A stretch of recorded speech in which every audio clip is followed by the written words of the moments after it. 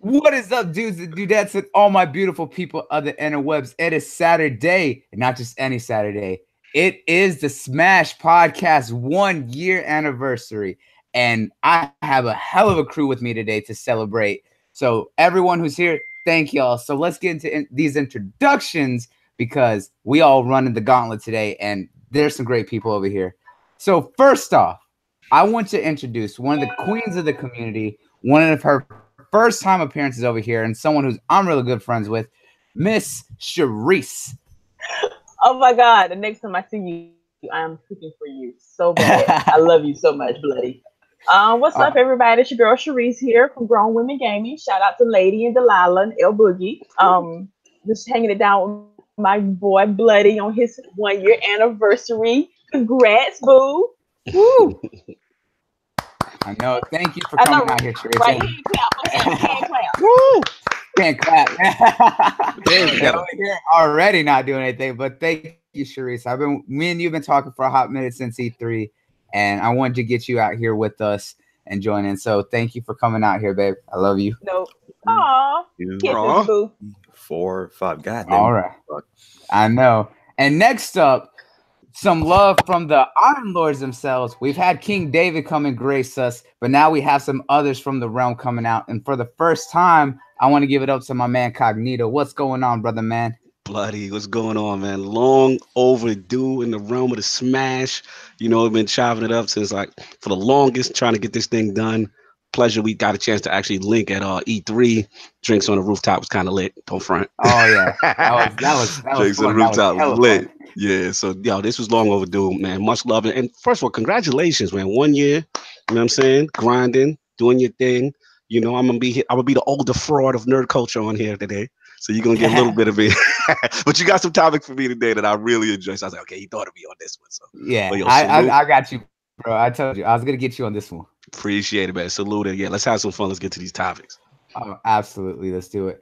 And one of our other lords who's gracing us, someone who's definitely working himself right now, man with no sleep, keeping it nocturnal, the only man who's got an addiction, Mr. Addict himself. Oh, I don't think I ever had anyone say it. The only man that got an addiction. Hey, why can I get stuff like this on IOP, Cognito? Like, what's going on? Man, you throwing me under the bus now. No, but I appreciate the invite. When you said Gauntlet, first thing that came to my mind was Destiny. That's how sad that is. But oh man, we ran that gauntlet plenty of times in the good old raid from Destiny 2. I think, yeah. Oh yeah. But I appreciate the invite. Definitely, I have some interesting topics. I ain't never been on a podcast that didn't talk about games, so this is gonna be a new thing. I know, and that's why I always love to reach out to all my gamers out here, because at the end of the day, it don't matter where you game, we're still nerds, and we all have passions outside of gaming. And this S.M.A.S.H podcast is that show, except for the Switch. David's gonna get you on that one. But this right here is for all of us to just come out and talk, nerd stuff, where all of our passions across the spectrum. I was like, this is for everyone here. It don't matter where you come from, whether you comics, movies, TV shows, gaming, anime, manga. This is for y'all. Mm-hmm. And then, of course, making his ever triumphant return, and it's been a hot minute since he's been on here, the legendary L Master himself. But remember that L is for legendary. It's Kmega. Yo, it's legendary. That's right. I feel like you spent like 30 minutes this morning just coming up with little ways to use people's names. Man, I am a Kmega. Like you gotta really appreciate that, because I could feel like you could have used that L for a different one too. That's why I call. Yeah, I mean that's why I call this. That's why I call him Baby Bot, man, because he's got that hype and energy like that. Yeah. So it's pretty sweet. I appreciate it, because I didn't know where he was going first. He was just like the Kmega. I'm like, damn. I mean, early, bruh. We ain't even 5 minutes in the podcast, and you gonna call me out? Hey, y'all gave me the smoke before the show. I'm giving it back. We man, graced by the Lords, and the next thing you know, it comes to Kmega. Go to L. Look, buddy, I'm sorry, but I have no problem roasting a host. Okay, I know. Trust me, I know. If you seen our past shows, I roast everyone on this show. Yes, we was roasting. We was roasting the host earlier, so I mean, you know, it was kind of funny. But anyway, no, man, glad to be here, man. It has been a minute. You know what I'm saying? I'm ready to nerd out before XO, man. So yeah, it's gonna be a lot of fun, man. I'd like to see my congratulations. You know what I'm saying? I love to see my people out there branching out, you know what I'm saying, doing their thing. You know what I'm saying? Congratulations on working with you know what I'm saying, with Tick Podcast and all of them, man. That's awesome, man. So you know what I'm saying? That's what it's all about, is collaborating, networking, and getting out there and doing it. So man, congratulations to you, Knuckle, for this 1 year anniversary. Much appreciated, Mega. And I'll get into that here in a second. But we got one last guest that I have to introduce, and he's my man who's been on multiple shows. I'm talking about the acidic assimilator, the legendary Prometheus himself. What up, good people? What up, good people? First of all, let me thank you for having me. This is the only podcast I can come on and get my nerdgasm. But I'm definitely I'm very happy for you for your year anniversary, man. Very proud of you. You out here in these streets working hard. Very proud of you. So I'm kind of curious, who's more of a legend, like Kmega or the Dragon? Like, well, I'm older. Legendary's in Kmega's name. He's Lemon over there is just the acidic assimilator. He's old. Lemon is old yellow, and I'm just, you know, he's on the porch. You know what I'm saying? Just sitting there. Mega's just waiting. We good. Kmega over here. He's just waiting for the moment where he can take him out back behind the shed. He's just like, all right, I'm taking over. Let me get this right. Like, Omega, you know, is the true legendary, and Dragon's like, I'm on the porch bitching about my back legendary. That's right. Yeah, like talk about get off my lawn. Retirement back. Oh man. Gotta go tell Chareece to go take him to go get his water dish. Oh, wow. Moonshine, we not talking. We had this conversation. And finally showing up, the man with no plan, our resident fraud and good friend of mine, Mr. Operation. What's good with you, Op? What's up, everybody? We went live earlier than I expected, so that was something to come into. But I'm here. Yeah. At least you'll be able to actually make it and not have to dip out after 30 minutes, right? Yeah, bet. If I give him 15. Maybe 15 minutes. About 5 minutes. Something like that. Now, to everyone here, we're going to go ahead and start off. And I want to start off with the topic that I know quite a few of us are all here about and what we know the most about. And that's Marvel. Everyone here is a big Marvel fan and a big Marvel head. Now, I don't even know if I like Marvel. Oh, yo, you can remove him if you need to. Buddy. We could get him out here. Gonna have to get the adjusted seat. Don't be afraid to use your moderator duties now. Oh wow! Oh no! Check those seats. Hey man! Oh man! I go straight to sleep. Do me. Like, please do. He's like, how fast can I get kicked off so I can go get some rest? You dare disrespect that Marvel. Continue. All right. So we've seen just how much of a juggernaut the Marvel IPs are with the MCU. And after Infinity War this year, they've been kind of slow and a little bit quiet throughout the rest of the year, but they're getting prepped for next year. And they're already on track to hit it off big with the release of Captain Marvel. And we've seen quite a few trailers. Some people are really hyped about it. Others are not. I want to see what everyone's hoping to get out of Captain Marvel leading up to just before Avengers 4 comes out next May. So let's go ahead and start off with the lady of the group. Chareece, what are your thoughts on this? I am extremely excited for Captain Marvel. First of all, since I'm new to y'all, let me introduce myself. I love women that kick ass. That's my main thing. I like video games, I like books, movies, whatever. If you got a female in it and she kicking ass, I'm going to watch it. And this is Captain Marvel. History speaking, she's one of the most powerful members in the Marvel Universe.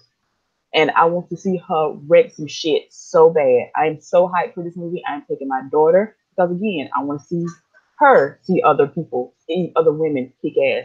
Because, again, that diversity, you know? No offense, I'm tired of the old white man doing it. Let us females take a turn every once in a while. Right? I feel that. I know, Exactly. right? Like, And it's perfect timing right after the success of Black Panther, right? damn right, which we saw twice, or was it 3 times? I can't even remember. And I bought it. Yeah. I mean, if you ask our resident Soul King, our artist, he went and saw it at least 4 or 5 times. I can't remember. No, it was 6. I ain't even mad at that. I'm not even mad at that. It's an excellent movie. Same, and I believe Captain Marvel is going to have the same quality. And even though it takes place in the past, I'm thinking it's still going to have that same Marvel spin on it, that same Marvel shine, and it's going to be an excellent movie. Absolutely, absolutely. I agree, and I think that's good that we're actually getting a solo female lead to really pick it up, and having one of the strongest in the Marvel universe is definitely going to be something great to have. Addict, let's go ahead and get your hate out first before we hop up to the fans. What are you thinking, my man? I got no real comment. I don't know the character at all. All right. Oh, that's brilliant. Confirm Ag doesn't like women. Next panel. No. He's what it is. Oh, I like this podcast. I like this man. podcast already. I mean, We okay, go in on Addict. I like it. Addict, I can tell you, Addict is the guy who's going to record himself punching the suffragettes in Red Dead 2, isn't he? You guys want a fake reaction? Okay. You know, I thought it was awesome. You know, I was watching this trailer, I saw Infinity War just in my head. Like, I don't know who the character is. Well, we'll say her name is Alaska Woman because I don't know anything about her. Oh my God. The whole movie, I'm going to watch this day one. There's nothing going to stop me. No earthquake, no hurricane, no fire. You overboard with this frauding. Hey, that's the fraud I want to see. That's what I'm talking about right there. Give me all that smoke at it. Give it all. I ran out. He already gassed himself. All right, Cognito, what are your thoughts on it, my man? Yeah, man, I'm hyped. It's an interesting approach. Because when they actually announced it, you know, I saw the trailer. Looks good. First thing off top, I like the '90s references. Like, so I'm old. So when I saw the Blockbuster, I'm like, yeah, I like where they. I saw Blockbuster. I saw Beepers. I was happy. So but real talk, it looks good. We're gonna see the whole you know, the whole thing with Shield and back in the day. Obviously, my man Nick Fury's got his other eye, you know. But it's gonna be cool because I'm a huge cosmic Marvel Cosmic Universe fan. So like Silver Surfer, Kree, Skrull, all that stuff. So I like when that side is explored, and I think she's gonna bridge the gap between what's been going on. And then also, I like how they handling the movies after Infinity War because it ended on such a somber note. And they like with the Ant-Man and the Wasp, kind of a different tone. This is kind of a different tone. And then to see how them bring it all back probably by the end and then lead up into Infinity War. But she's gonna have a major part. Feige's already said, you know, she's, you know, arguably the most powerful person in the MCU currently. So she's gonna be a force. And I'm definitely want to see how they handle her backstory, the origin, all that good stuff, and the galactic stuff. So I am definitely hyped for Captain. That's one of the reasons I'm glad to see her in there because I know she's about to give Thanos this work. We're gonna see. I mean, he got the gauntlet, so I mean, he really still gonna be mopping people up. Man. The gauntlet is damaged. The gauntlet is damaged. That is correct. The gauntlet is damaged. But again, she's formidable, so like it's gonna be interesting. Supernova in her eye. Okay, anyone has supernova in their eye is not messing around. Yeah, exactly. Mm-hmm. But I'm hyped, y'all. I'm hyped. All righty. Levin, what are your thoughts on my man? Me and you were talking about this last night in the party chat. So why don't you go ahead and put that out for the people? Oh, you to call it out somehow. Is that what's going on? Listen, man. I don't really. I'm not a Captain Marvel fan, and I haven't been. I haven't been. Listen, I haven't been impressed. Chareece? Oh no, it's Tomb Raider. I will disown you. You know what I'm saying? We don't want to be Tomb Raider, Cleo. You know, she a woman killer. We don't want to be dealing with them. So I don't want to piss her off. But what I'm saying is, I said the preview that I saw initially, I haven't been impressed because it's a teaser. Mm-hmm. It's like everybody cried about the Venom preview, and then the movie was good. You know what I'm saying? But I need a little bit more. And I want to really see what Marvel's going to do with this character because she can't come in here and swoop and save the day because I think Thor kind of did that. You know, and we saw what happened. I mean, but you know, Hey, everybody Thor kind of did that, but Thor messed up. He should have took his head off. Thor Yeah. messed up, like not as much as Star-Lord, but he messed up pretty bad. Like this dude knows how strong he is. He gonna go for a chest shot. Come on, man. Like, Yeah. I mean, you know, that's that Viking in him. You know, go for the heart. You know, I mean, if he at least went for the arm, you know, that would have been high. it took the arm off or something. But you know, I really want to see more. I want to see a better preview because the other one it's not, you know, it's a teaser. You can't really get nothing out of it. And not being a fan of her, I need that. the game, I want to go see it, but movie, you know what I'm saying? The movie looks like a solid red box to me. Oh no! Okay, now we being messy. We being messy. Chareece, Lemon did not say that. Yeah, because Lemon has said that he wouldn't get his Yeah, what you call it? His moonshine. I'm definitely open to it. I'm a big Marvel fan, and you know, I'm very looking forward to it. But like I said, it has to. That's not a character I followed back in the day, so it has to do a little bit more for me. I feel like I could have said Netflix, now it would have been worse. Ooh, you know what? Now you really being messy. No, he's getting ready. because He's throwing that smoke for the next topic already. If you said Blockbuster like a show in a trailer, he would have been off the panel right now. I feel like that was the most highlight of the whole trailer is Blockbuster. That's paying homage to old Juggernaut. Mega, what are your thoughts on this, my man? Man, I thought the trailer looked. I watched it about 5 times, you know, just to go over it and see some things. And the one thing that got me excited and hyped was seeing Nova, and that was to me was like, okay, now they're going to really start setting it up. This is where she's going to open up everything pretty much to where we can start seeing maybe Galactus, Silver Surfer. Woo. I mean, there's so, you know, even now since the whole Fox deal and Fox Disney deal has gone down, we can finally probably try to get some Fantastic Four to be properly done. Like it just sets up everything to be just right. And I can't think of a better successor except for maybe Falcon to take over the mantle for my boy Cap. I mean, if you know what I'm saying, I don't really be showing my room off, but I got Cap stuff everywhere. I'm a huge Captain America fan. So it's like, and so she's going to be a badass. Plus a woman. What'd you say? I said, oh, you're talking about Captain America. I can't remember where I put my shield. Oh, yeah. I got my shield right there. You need to borrow mine? I got 3 of them. You know just throw it over here. Just throw it. All right. But anyway, and just for a woman protagonist, it's just like for like Black Panther kind of setting the tone for, for Black film to be as successful as it was, and to, you know, a person that, you know, shows African Americans or Africans or whatever into a different light than what maybe is projected from so many people. I think Captain Marvel is going to do the same thing. Now, I mean, Marvel has done a really good job with women, but, you know, I mean, we got to see what's going to happen with the Scarlett Johansson movie, the Black Widow movie and things like that. But I think Captain Marvel is going to just set the tone and just take this new version of the MCU to the next level. So, and of course, like everybody's been saying, she's a badass. Like she's like the most powerful character, or I should say, good guy that's going to be a part of the Avengers. So I'm really stoked for it. I can't wait to see the second trailer. I mean, I'm going to be there day one. Absolutely. You want to say anything on this, my man? I'm kind of in the same position with Lemon on this. I'm not entirely feeling it at this point. I need to see another trailer from it. Like, I love the aspect is bringing more diversity to Marvel, including women. She's being a main role in this movie, but I want to see what more it offers than that. Same with Black Panther. He's like the first Black solo movie we had. Dope. But what else he's offering to the table? So that's kind of position I'm coming from. But hey, Brian, she punched an old lady, so I'm already down for it. She did crackle. Black Panther is very important to that movie because he ends up with the gauntlet eventually. He gets to be responsible for the person that basically guards the gauntlet and not uses it. Yep, with the Illuminati. Very important.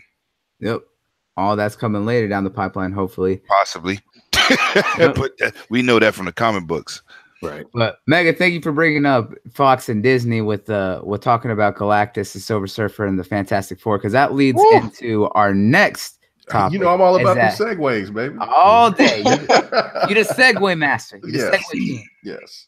He's just leaning, always going.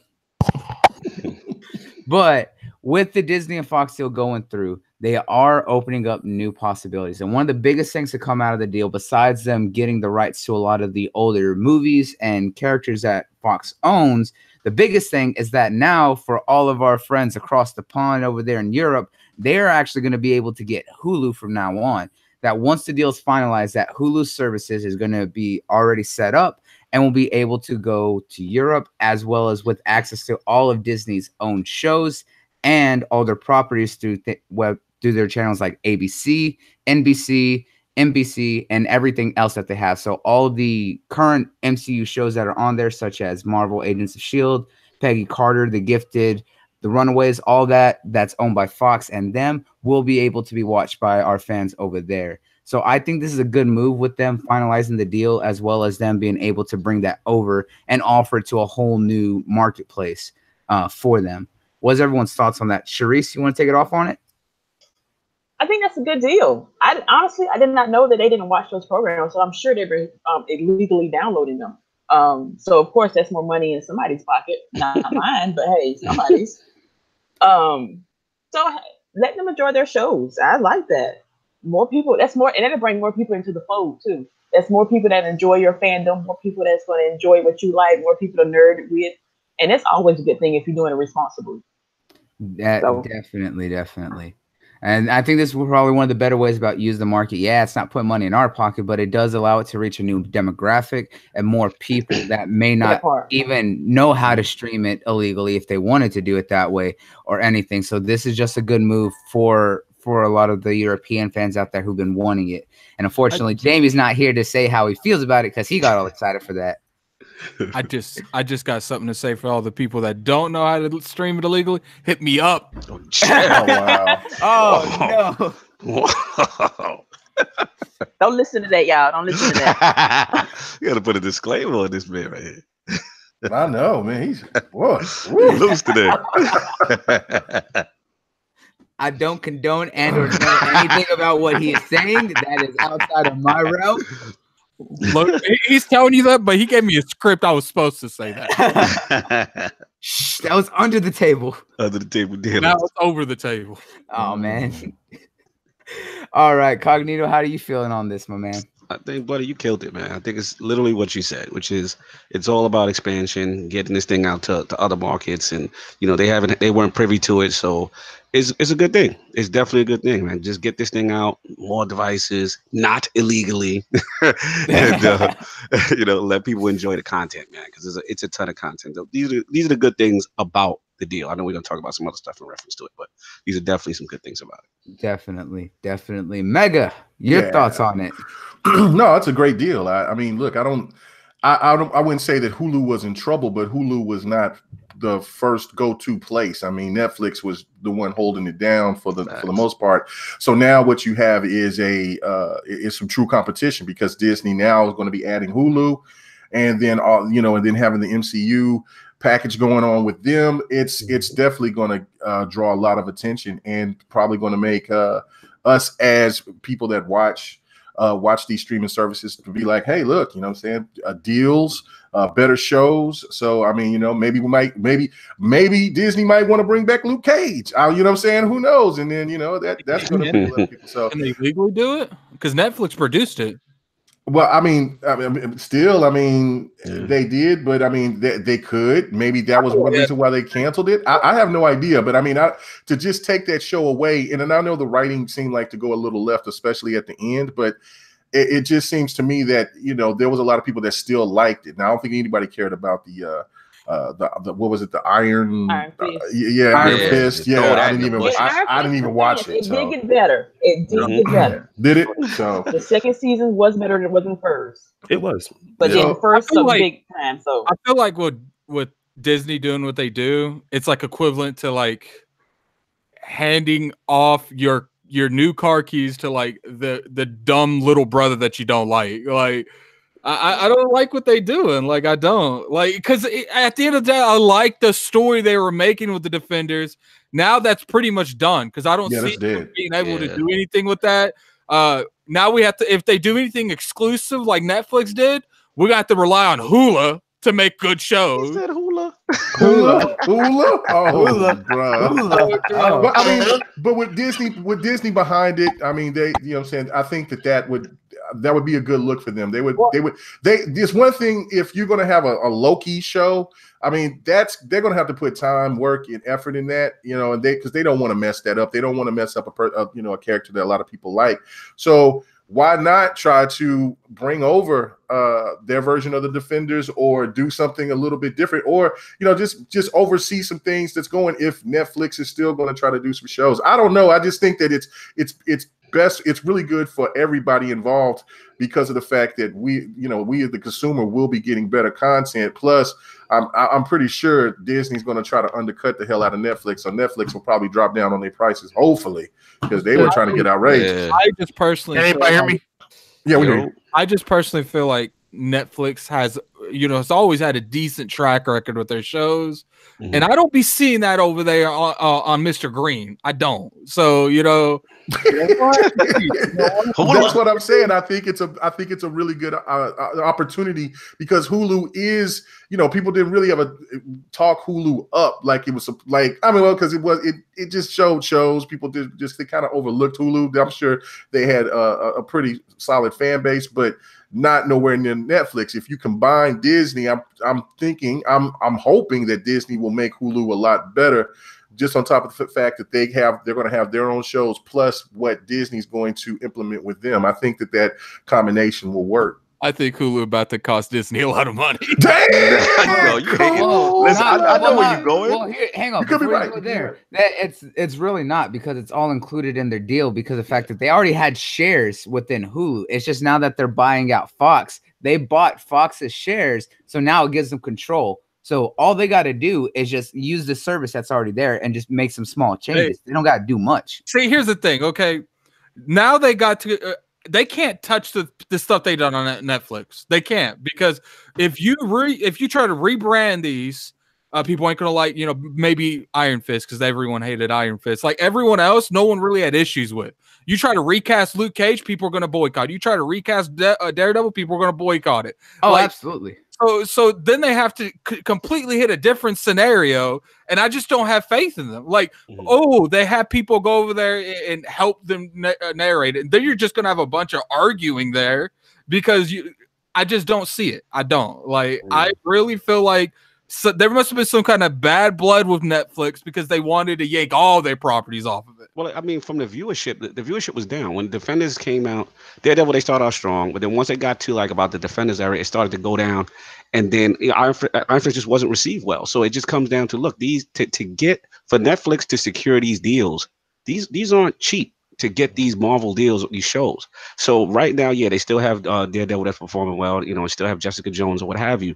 But I think ultimately it just came down to Netflix saying, hey, it's not viable. And then with Marvel, we know they're going to do, Disney's going to do their own streaming service. I feel like, so it's only a matter of time. But I feel like this is a scenario of Disney going to do what Disney wants. Oh, yeah, absolutely. Disney, like, you know what, man? Even if we had another 10 seasons, like, we went like balls to the wall and got a bunch of seasons, like, Disney could be like, fight us in court, I'm taking my shits, I'm going next door. like touch on it, the viewership, it does primarily have to do with Netflix and Disney. Like, Netflix does not promote Daredevil whatsoever, and their viewership is down, even though this is probably the best season besides season 1. I think one of the issues when it comes to that is they kind of oversaturate their whole market with not necessarily Marvel stuff, but I mean, they have something popping up on Netflix and Netflix original like every week. And that's the thing. I was telling Bloody and Op about that. Like, they have been promoting their original shows and films more than Marvel stuff. Well, that it might be a reason for that, because Disney hit them up last year and it's like, yo, after this contract, we done. Exactly, because just like you said, like, Disney came out and like publicly said, "Yo, we're coming out with our own streaming service." So people ask, like, what's going to happen with the Marvel shows? And they're like, "Well, we're just going to keep them there." But like, they just basically telling Netflix, y'all don't have anything else of substance to keep y'all alive. So we're just going to keep that shit there to keep y'all alive. And that's the one point that's why I was talking about with Luke Cage. I think Luke Cage had a strong enough audience to where it can make a resurgence because of the fact that it's just like Cognito said. It's like, look, it cost a lot of money. The viewership was down. They weren't advertising. So they seen the writing on the wall and they were just like, maybe just wash their hands of it. And so Disney can probably rebound. I don't see anybody protesting or getting upset if they like the show to make a resurgence, as long as they don't just recast, the whole group of people, because the people did like the cast. Cast. I got a question for you guys. At the end of the day, I don't think they can legally do it now. You might be right. You might be right. They probably can, but they have to rebrand it, a hire Heroes for Hire or stuff like that. But do y'all think that they're actually gonna go forward with it? Because the Disney streaming service is actually only going to be PG. So. Oh, well then, yeah, that's a problem. That's a problem. It's a good thing that you brought this up, because this is what kind of leads into the next topic, since everyone's already going that way anyways, because the Segway King over there is already leaning. With the fallout from Netflix and what we're seeing with Disney, because of the fact that they're doing their own streaming service and everything that Disney's announcing that they're bringing towards their streaming service, that they're doing a Falcon and Winter Soldier show. They're doing one all about Loki. They know that they're pushing a lot of shows specifically tied to the MCU on that service, but we also see that they can use Hulu as well. That still ties in, holds a lot of their stuff as well to tie it over, as we've seen with Agents of S.H.I.E.L.D. and others. So because of that, it wouldn't be too much of a stretch for them to take what they have already established with the Defenders between Luke Cage, Iron Fist, Daredevil, Jessica Jones, Punisher, and all that, and move those to another platform and put their own writers, so that way they can tie it back in. Because remember, while they're there within the MCU, they're not necessarily there because of the fact that they're not actively writing it. They're just letting it be put in the same universe and make allusions to the main story from the movies without necessarily being involved. If this being the case, this gives them a little bit more opportunity to really introduce those characters in another way while still keeping them the same. So with that being said, because as Addict and Soul King brought up, especially, Netflix is busy popping out their own original shows every week, every month, because we just got Haunting on Hill House. Woo! They just announced a couple new series that we're going to talk about later. They're not hurting for anything. They have their own stuff that's been going. They've had success with Orange and the New Black. They've had success with Sabrina is really good. Sabrina as well. They had that. Stranger Things has been a non-stop sensation since that came out. Bodyguard. Netflix ain't sweating nothing about this deal with Disney. I think low-key they are. They might not be sweating the long term. I don't think this had anything to do with ratings. I think it was entirely Disney. Disney's we doing our own thing. We don't care what you're doing. No, the ratings was there though. The ratings was there. That's the fact. From what I'm hearing, it wasn't entirely a Disney decision. It was actually Netflix looking at returning value. It was a complete combination of all these things. So they was whatever. So. But you got to also look at. They probably was paying way too much for the. Yeah, it's expensive, man. You gotta look at Disney as the super mother company that they want a piece of the pie. Because exactly, they see how much Netflix is making. Right, but nobody is touching Netflix. Amazon, you get it part of your Prime. Nobody cares. They got some stuff over there. Hulu don't count. Netflix. Oh man, everyone hating on Hulu. The Hulu disrespect. There's a reason that app is green, because it represents poison. This is what I'm talking about. Everybody want to open a streaming service and charge. How many streaming services are you prepared to pay for? Because I'm not doing no Disney only channel. Funimation, that's all. That's just crazy. People will do it for the MCU. For MCU, that's the huge that problem. alone. That alone. Me personally, I just bought the DC streaming, and it's honestly worth it right now. So and that's why I said I do think I just don't see them openly giving that up. I just don't, because regardless, I always saw hype behind all of them, behind Luke Cage, behind Daredevil. It was always all over Twitter. Behind Iron Fist, it was all over.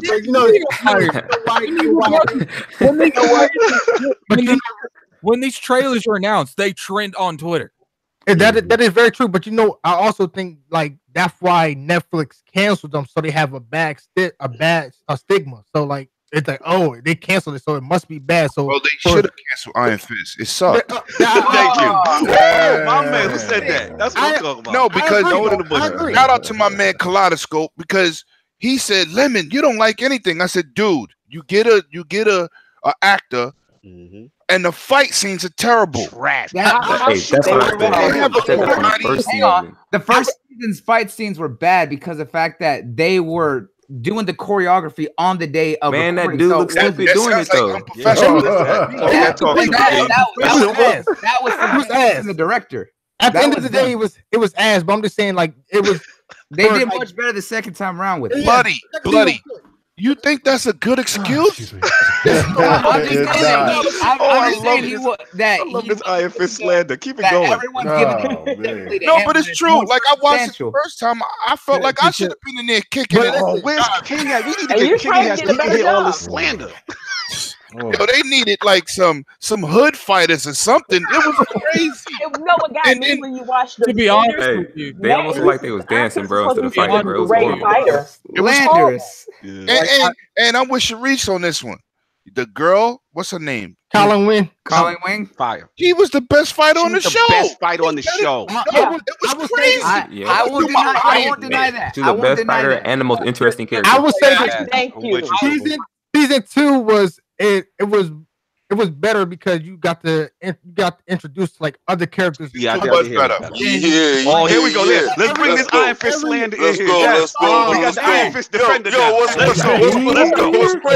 crazy is my bad for being asleep. My bad for being asleep. Let me tell you something. Just let me tell you what happened right now, man. I got in a fight He with came out of his Busta own Rhymes. bushes. Listen.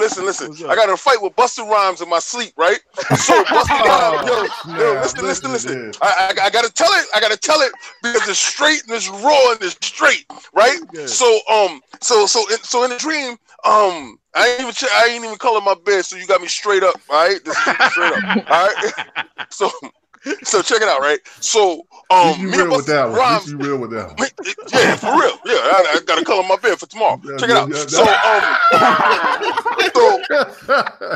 me and Busta Rhymes got into a fight. Yo, it's crazy. Me and Busta Rhymes got into a fight, right? So we fought into a stalemate. All right. So he walked. I guess Busta Rhymes had an issue that day. He wanted to fight people. So one big giant white dude ran up on him. He choke slammed him. Rah! Boom! Right? And I'm like, oh. So they was like, yeah, Busta. Yeah. I said, Busta, yo, bitch ass ain't do that on me, Busta. Right?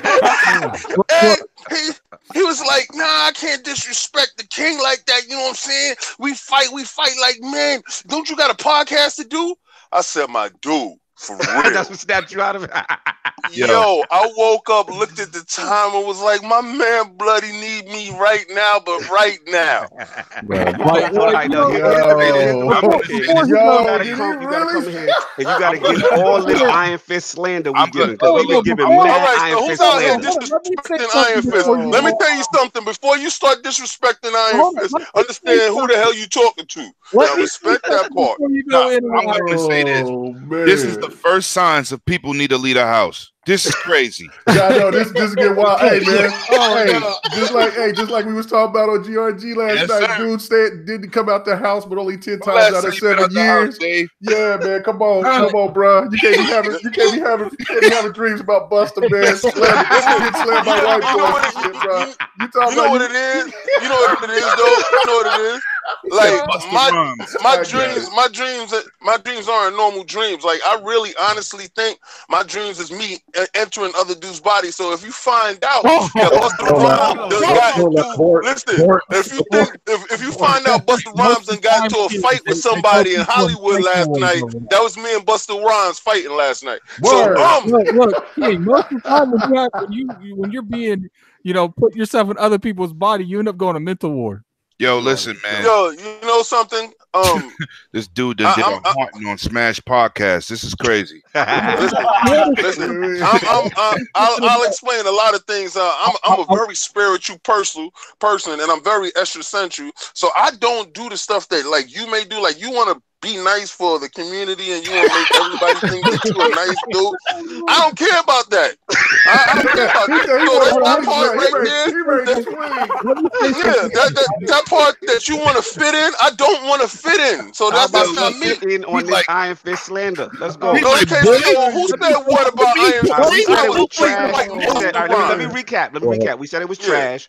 We said that the chick had the best fighting in the thing, and then real talk though, we talking about the whole, now that the whole Disney deal's coming in, and then Netflix is losing the series. You want me to tell you how I felt about the second series real quick? Well, just in general. All right, okay. Let me tell you where Iron Fist came from. First of all, Iron Fist came from Black exploitation era, right? So the character wasn't a character that you would have deep thought into, like a Daredevil type of character. Okay. Mm-hmm. Daredevil character is a very deep character.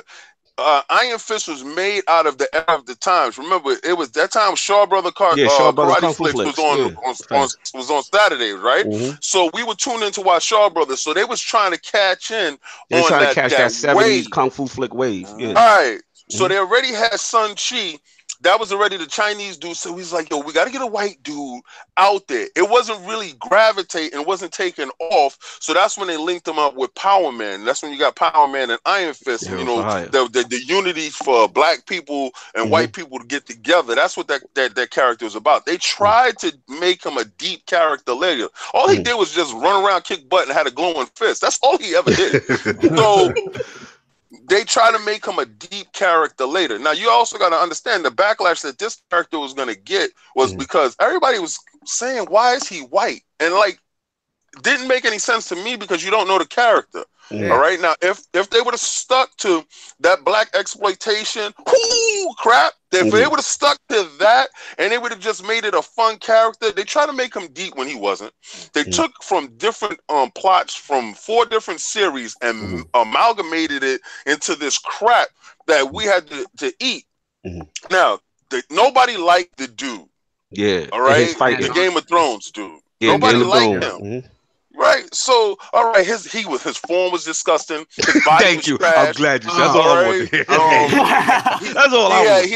He had the dusty beard. He did, like if you're gonna cast right? Yeah. Get the white dude that's super ripped up and cut after he done got dropped in the mountains and he has to be at a Shaolin temple. Show that dude, all right? And then don't try to do this new wave, this feminism wave. And nothing's wrong with female characters, but at the essence of destroying the male character, it's not good. You understand? You could have built her up unless it's a female show. I get you on that. It's not a female show, but I would say this: like they didn't mean for her to outshadow him, or outshine him. Like she's just a better actor than the dude. Thank you. I think that's exactly what it is. That's what I said. And ain't no goddamn skinny jeans. My issue, is because of how good she was, especially the actress from Luke Cage who played Misty Knight, and their interactions from Defenders, as well as what we saw in season 2.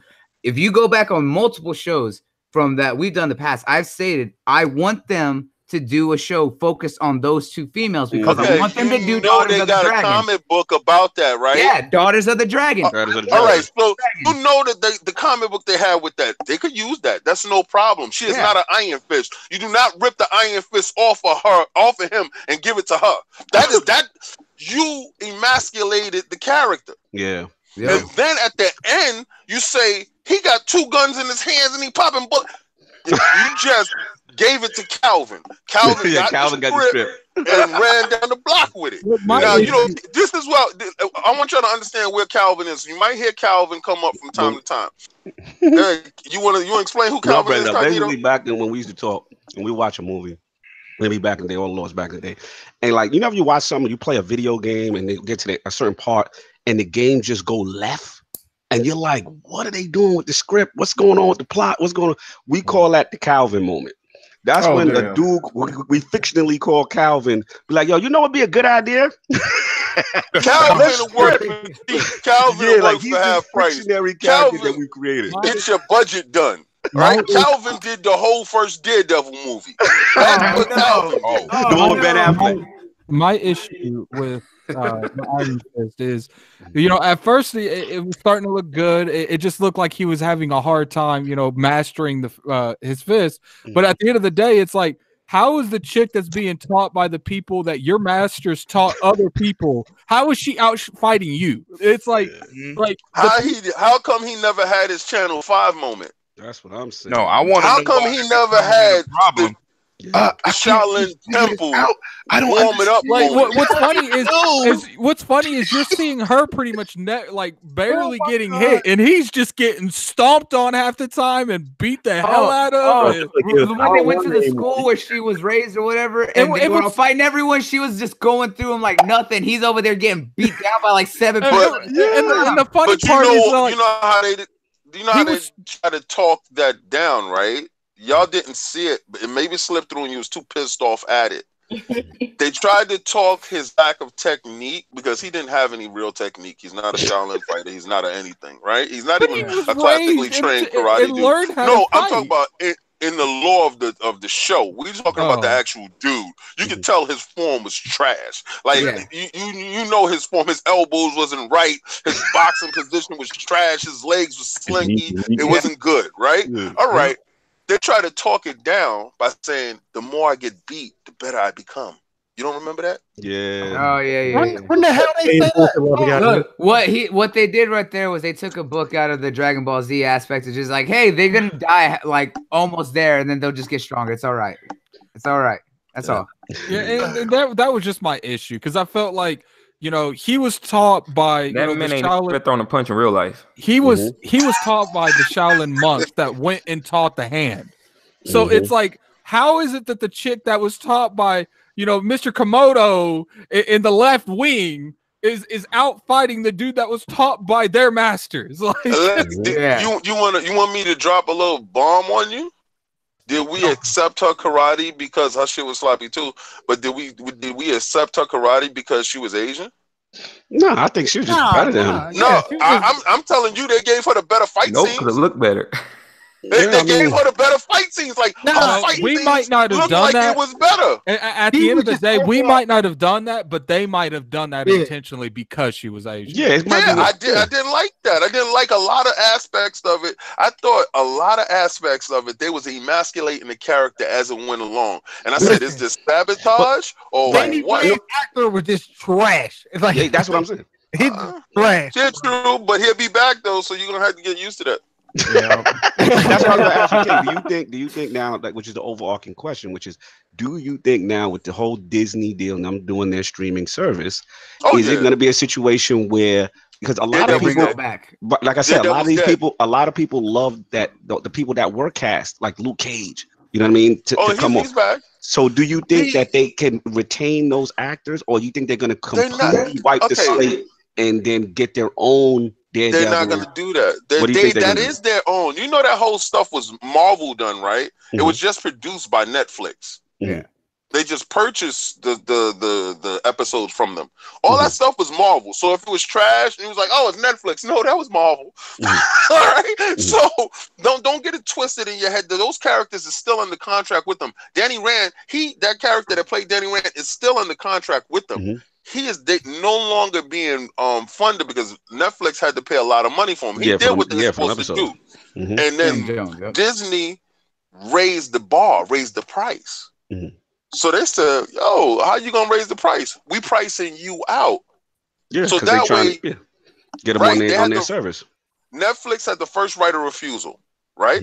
The first right of refusal is you post a script, you tell them you're going to renew for this amount of time, and this is the price. So Netflix gave them the counter offer. They raised the price, and they stayed firm on the price. Netflix declined.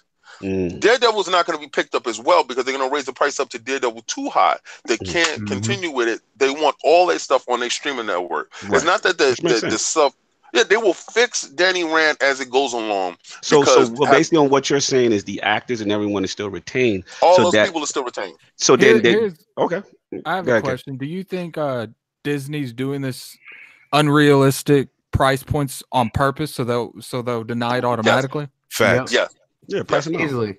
If there's one thing I'll say about Disney, and me and the rest of the Smash crew have talked about this in the past, is that Disney is not afraid to either pull projects or go where the money is to get it away from others, so that way they can take it all for themselves. They're smart about their business, and they're aggressive and cutthroat about it. So if they say, hey, this still has pull, but y'all's numbers are dropping, all right, we're going to do it our way. We're going to price you out, so that way all the extra production costs that goes is going to go right back into us and not paying y'all, and then we get what's left. But you know what? The numbers never drop. That Mickey Mouse money. That's why. Yeah, that Mickey Mouse money over there. They can listen to a tyrant. Disney got an entire room dedicated to figuring out. Their numbers didn't drop on Netflix. The retention numbers for the later seasons did drop quite a bit. But you saw Luke Cage got awards, and that's what they care about. They care about the awards. I totally agree, but that's what they're giving the public. No. Yeah, of course. That's why I do think that there's an opportunity that Luke Cage can come back. I just think that show is just too good. They said it. Yeah, you didn't see the tweet? No, I didn't see the tweets, right? No, I didn't see the tweet. The tweets. Listen, this is all a ruse. All right, Disney, DC already got their channel up. If anybody got a chance to get to watch all that crap that's over there on a Disney, the DC crap. Universe. Why are you? Yeah.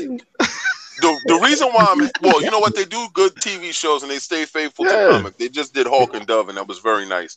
It was nice for me because I'm a Hawk and Dove fan, but mad people don't know who they are. I was gonna say nobody knew who they was. Really. Right. But see, and also, did you know that Cloak and Dagger is on some old side Bush's network? Like, yeah. They was sliding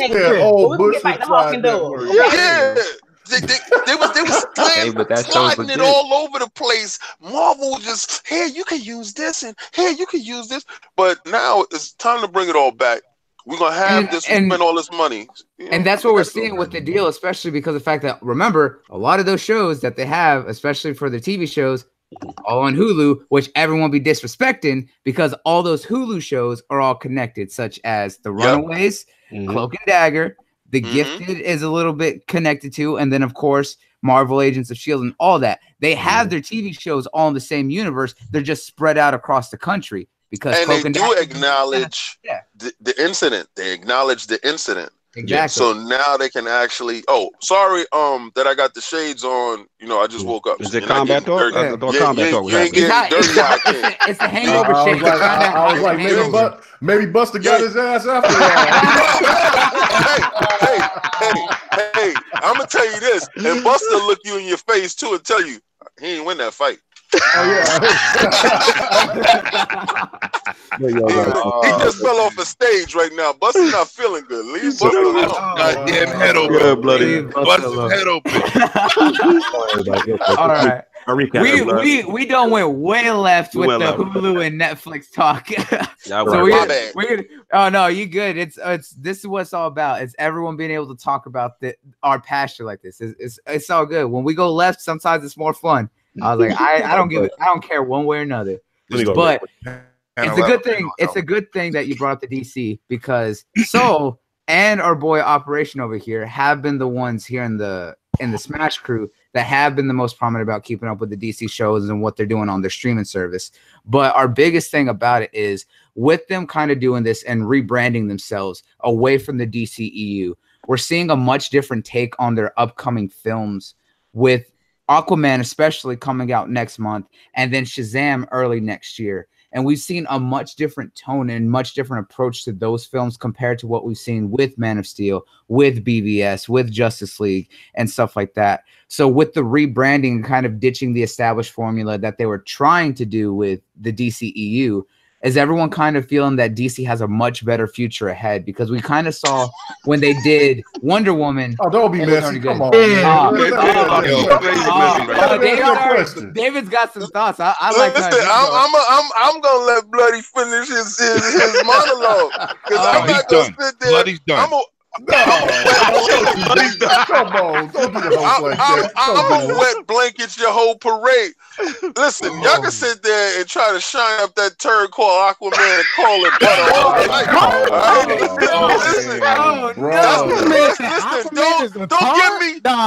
Don't give me the Jason Momoa. First of all, I never felt Jason Momoa as no Aquaman. There's other characters that Khal Drogo. Yeah, I could actually, because he actually fit their character. And Cardio Conan, did y'all feel his Cardio Conan? Y'all didn't feel it, right? Y'all didn't feel it, right? Yeah, I can see him as the new Conan. Yeah. He was the new Conan. The movie was garbage. It went straight to the bush. But there's a difference between. There's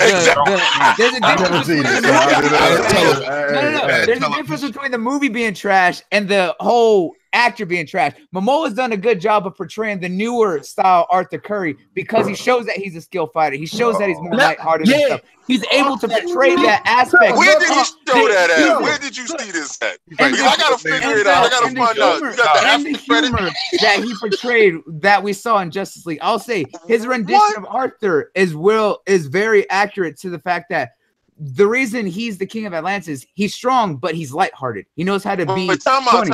You sleeping?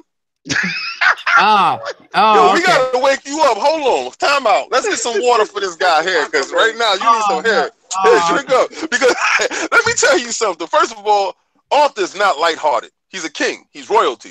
So that's stuff that you tell. I know you're saying, oh, it's from the beginning, so we're gonna worry about the insecurities of this actor. We're gonna work with this actor because he can't fill a role. Listen, he's regal. He's the second strongest on that team, closest next to Superman. He's the only one that actually can kill Superman besides Wonder Woman and that sword. Wrong. With that Superman. No. He's not on the team yet. The movie didn't come out, and that's gonna be the better movie.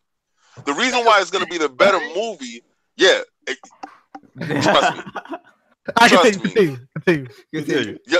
Y'all think this movie is going to be good. It's too much on top of this one movie right here because it's still tied to that Zack Snyder crap, right? So they had to do a whole little overhaul.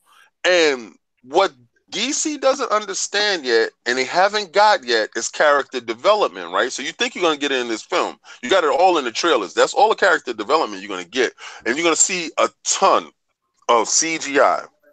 I watched, just because you told me when you gave me what we were going to do, what was going to be the topics, I was watching Superman versus Batman fight scenes, and I watched the Justice League fight scenes. The heavy reliance on CGI, and I don't know why they CGI looks really piss poor, but the heavy reliance on CGI is going to be the downfall of this movie in particular. Can I? Yeah, go ahead. On this. Go on. I actually like these DC movies. To be honest with you, well, here's the thing, like. Most of these people in here are talking from a comic book standpoint. They know these characters. True. I just like flashy shit. Even me during Batman versus Superman when Wonder Woman cut off Doomsday's arm. I even knew that wasn't supposed to happen like that, but I didn't care. I was like, "Yo, she just cut that big dude's arm off!" I kind of look good on Justice League because I felt like Justice League wasn't even equivalent to like an Iron Man. Like it they were all over the place. Like the narrative was really bad. But like I really liked Wonder Woman. I really liked Wonder Woman. And Aquaman's looking good to me. I'm sorry. Aquaman. The animation, the CG and Aquaman is something else. If you saw the extended trailer and saw the whole, did you not see the entire fight space between Black Manta and Aquaman? Like that. You talking about when they was outside running and they like, that one where they running through the building. Aquaman is fighting people running in the building. That one. And yo, David acting like they Power Rangers. You see how he doing them dirty? You saw it, Yo, wait, this is bad. but Power Rangers is a better movie though. Hang on. What did you think about the suit? What did you think about the suit? What's up, the suit? Oh, they had to do the suit. Okay, but They what do had you to. thought? What the way that you think about it? Because I think the suit is great. I think he's not good for it. I don't like his face. Nemesis said, hold on. I gotta interrupt you guys. That's Shout out to face. OG Nemesis. He said Doomsday out here looking like a damn battle tank. Yeah, no, they should have never put Doomsday in there. I feel like he was a wasted character. Yeah, they used him way too fast. It was kind of like with that second Spider-Man movie when they just put all those characters in there and then put all the Rhino and all them. You talking about Sam Raimi special? And what's funny is when Spider-Man 2 came out, I think you're talking about Amazing. I wasn't really aware of anything going on when it comes to comic book. But like I remember when people was it Spider-Man 3 that they took out Venom in like 10 seconds? Yeah. I remember people got really pissed. Oh, hold on. Let me say one thing, and I just wanted to say this back for the old topic that we had. Just one thing. You do know that the character that played the Amazing Spider-Man, not the Homecoming Spider-Man, I forgot his Andrew name. Garfield. I actually liked him as Spider-Man. I liked him as Spider-Man too. I did. He's still under contract, right? Yeah, he is. He had the cockiness of Spider-Man, but he didn't have the awkwardness he wasn't of Peter Parker. He wasn't Peter Parker. He was a good Spider-Man. He was older. But I do feel like they were going to use him in Venom, right? Really? That's all right. The original script was everybody kept saying Spider-Man's going to be in it. Spider-Man's going to be in it. He was going to be in it. He was on set. He was suited. He was going to be in it. They cut that. Said no. That's why when this guy said the best scenes were left on the floor, it was 45 minutes of a whole different scenes that were left on the floor, and you're supposed to get the Venom with the spider. You're supposed to get it. You never got any of that, and that's why the end scenes, the end credits made absolutely no sense with Cassidy, because whatchamacallit, Spider-Man put Cassidy in jail. But all right, it never made any sense, right? He was supposed to be in it. They didn't want to use him because they didn't want to splinter the universe, because Sony is still trying to see if it works, and they're trying to shoehorn him They're trying to get in the MCU. Yeah. Right. There it goes. I'm sorry. I apologize. I just wanted to say that, and it just popped in my brain because I saw what I be adequate. But apparently, that deal with Sony's almost over. Like, do you think they're gonna redo that? They need Spider-Man. They're gonna want Spider-Man. But I feel like Sony got that. They're gonna come at them hard this time. They're like, okay. But here's the thing. I think. Yeah, after the next Venom film, and especially after Spider-Man Far From Home, which I still don't feel is going to be the actual title, because they already know how the boy is, and they're not going to let him go blasting it all over online like that. Once this is all done, I think that Disney's going to double down and pay whatever price Sony wants to get the rights away, so that way they can do full control. Because Sony's trying hard to hold on to them. That's why we saw the game be exclusive to their gaming division, with their collaboration with Marvel, as well as they put it out right before the Venom film and right before we have Enter the Spider-Verse next month. He is not agreeing with any damn thing you're saying right now. You know that Spider-Man is never going anywhere, right? Is reopen. It's not exactly the sale of the character, right? The rights is sold. Lock, stock, and barrel, he belongs to Sony.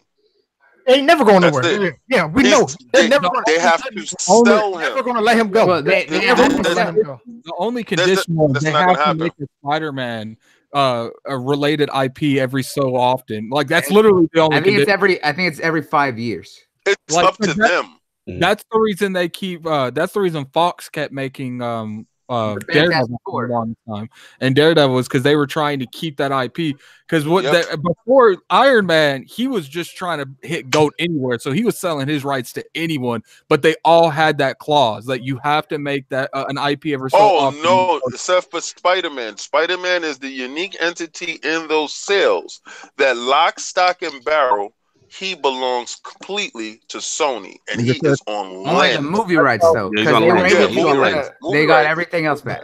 That's probably because But he Sony said, had but more. Universal got At with that the also. at that time, Sony probably had enough money to be like, "Yo, I'll give you this stack of cash. You just give me that shit."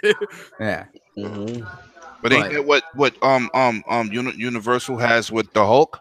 Ain't that the same thing? Well, they own the Hulk, lock, stock, and barrel. They don't care Right. because they haven't made a good Hulk movie in God knows forever. That's why. So That's why Marvel can never do an individual Hulk film, but they're able to go around that by putting him in other people's films. Yes. well, yeah, they made an arc. They made an arc of him inside the actual movies. They said they give him a slice, a arc of his own little plot, so we can figure it out as it goes along, and they're going to use him that way. But being that Universal destroyed that brand, that they have to build it up. What I feel is this, right? When you feed a hungry dog that's in the street and he gets stronger, he's still a hungry dog in the street with no loyalty. He's going to bite you as soon as he gets strong enough. So I figure at the end, when they build the Hulk right back up in his last Avengers and the Hulk is at his pinnacle, they're going to snatch it back and do a Hulk movie and destroy it. If they don't build my man, wait, why do we go back to Marvel from DC? Sorry. Oh no, man! I told you. I think that this movie is going to be pretty good. But I will say one thing that Aquaman is going to be fire, bro. I will say one thing that I really enjoy. Like, I don't mind their movies. Their movies are okay, but I really like their TV shows, like the DC TV shows. DC's animations is the best, and that's one of the reasons I feel like Netflix, is kind of like, okay, you could take your Marvel shit because DC giving us they shit like 20 episodes, 20 days after the whole season's up. Like, they have that deal with CW. After like 30 days, they get the whole season. Yeah, and that's what we were actually talked about multiple times, is that DC, especially recently, is that their movies have been horrid, but their live action TV shows and their animation studios have been killing it with what they've done. With everything that Greg Berlanti, who's the director and head of the production company that does the CW Arrowverse TV shows from Flash, Arrow, DC Legends, and then now Black Lightning and Supergirl, they have had a solid team who's been working on that and built that from the ground up, and it's phenomenal. Yes, there's slow aspects, but they still know what they're doing and they're focused on it. And they don't have one bad show. Not one bad show. They're all good. This is the thing that I will say about Aquaman. If Aquaman looks very promising. He looks like he's going in the right direction, like Wonder Woman.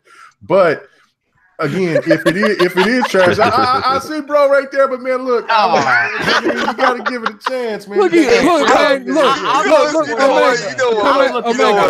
kill my dude from a heart attack. I know. Same thing about Justice League before it came. No, the trailers is crazy, son. I'm telling you, the Batman versus Superman. Yo, it's crazy. Until Calvin jumps in the script, you never know where it's gonna go. Because when he said, Martha, where did you get that name from? You see the direction of where Justice League was at. You know what I'm saying? From both directors, you seen the director was going into. You see Abrams was going left dark again, and then the other director he was trying to change it up and trying to clean it back up, and then it was okay. It wasn't as bad as Batman versus Superman, but Aquaman looks promising in the same light as Wonder Woman. Now, I will say this: if the movie is bad, then they need to start going at a different direction and maybe start going to those directors that be making those animations or these television shows, because it's not so much the animations and things like that. It's the writing. The writing has been horrid. The writing is what killing. Now I don't know about you, but I love Superman. I love Man of Steel. I will every time. Wait, you love Cavill? You love Cavill and Superman? Yeah, man, not better than the damn Witcher. He ain't. Witcher. All right. This is. I gotta attack you. I gotta attack you on the level that you're gonna like. You're gonna like this. I'm gonna slander the hell out of Cavill because I was so happy. I was probably the only person that brought a cake out there and popped some champagne when they said he was fired. I was probably the only person because he was a perfect Superman. He was perfect. What about the guy from Superman Returns? Did you like him? He was good, but that movie was so bad. No. Not the movie. You leave that homie alone. You leave him alone. Not the movie. The guy, the character. The movie was so bad, I want to forget everything about it. I forgot it exists. Doesn't he play Adam in DC? Yes, sir. Yes. Yes, that's Brandon Ruth. Corny there too. And hey, you leave him alone. I like him as Adam. I think what is like a woman.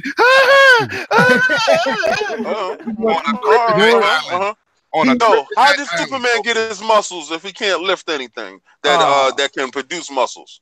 Oh, look, so you got this super bodybuilder looking dude that's like he's using a super Under Armour suit. You saw when he's walking in the courtroom, he was swole, bro. Superman is not swole, bro. Yes, he is. No, he's not, because you know why? You know why he's not? You know why he's not? Because you would notice his ass when he put those glasses on. You'd be like, "Hey, damn, Clark is not swole over there. Clark is a swole brother. Look at Clark all swole. Yo, Clark, you over there working out, Clark? Clark, yeah, bro, I'm swole as hell. Fitness account. What you talking about? He said he got that fitness.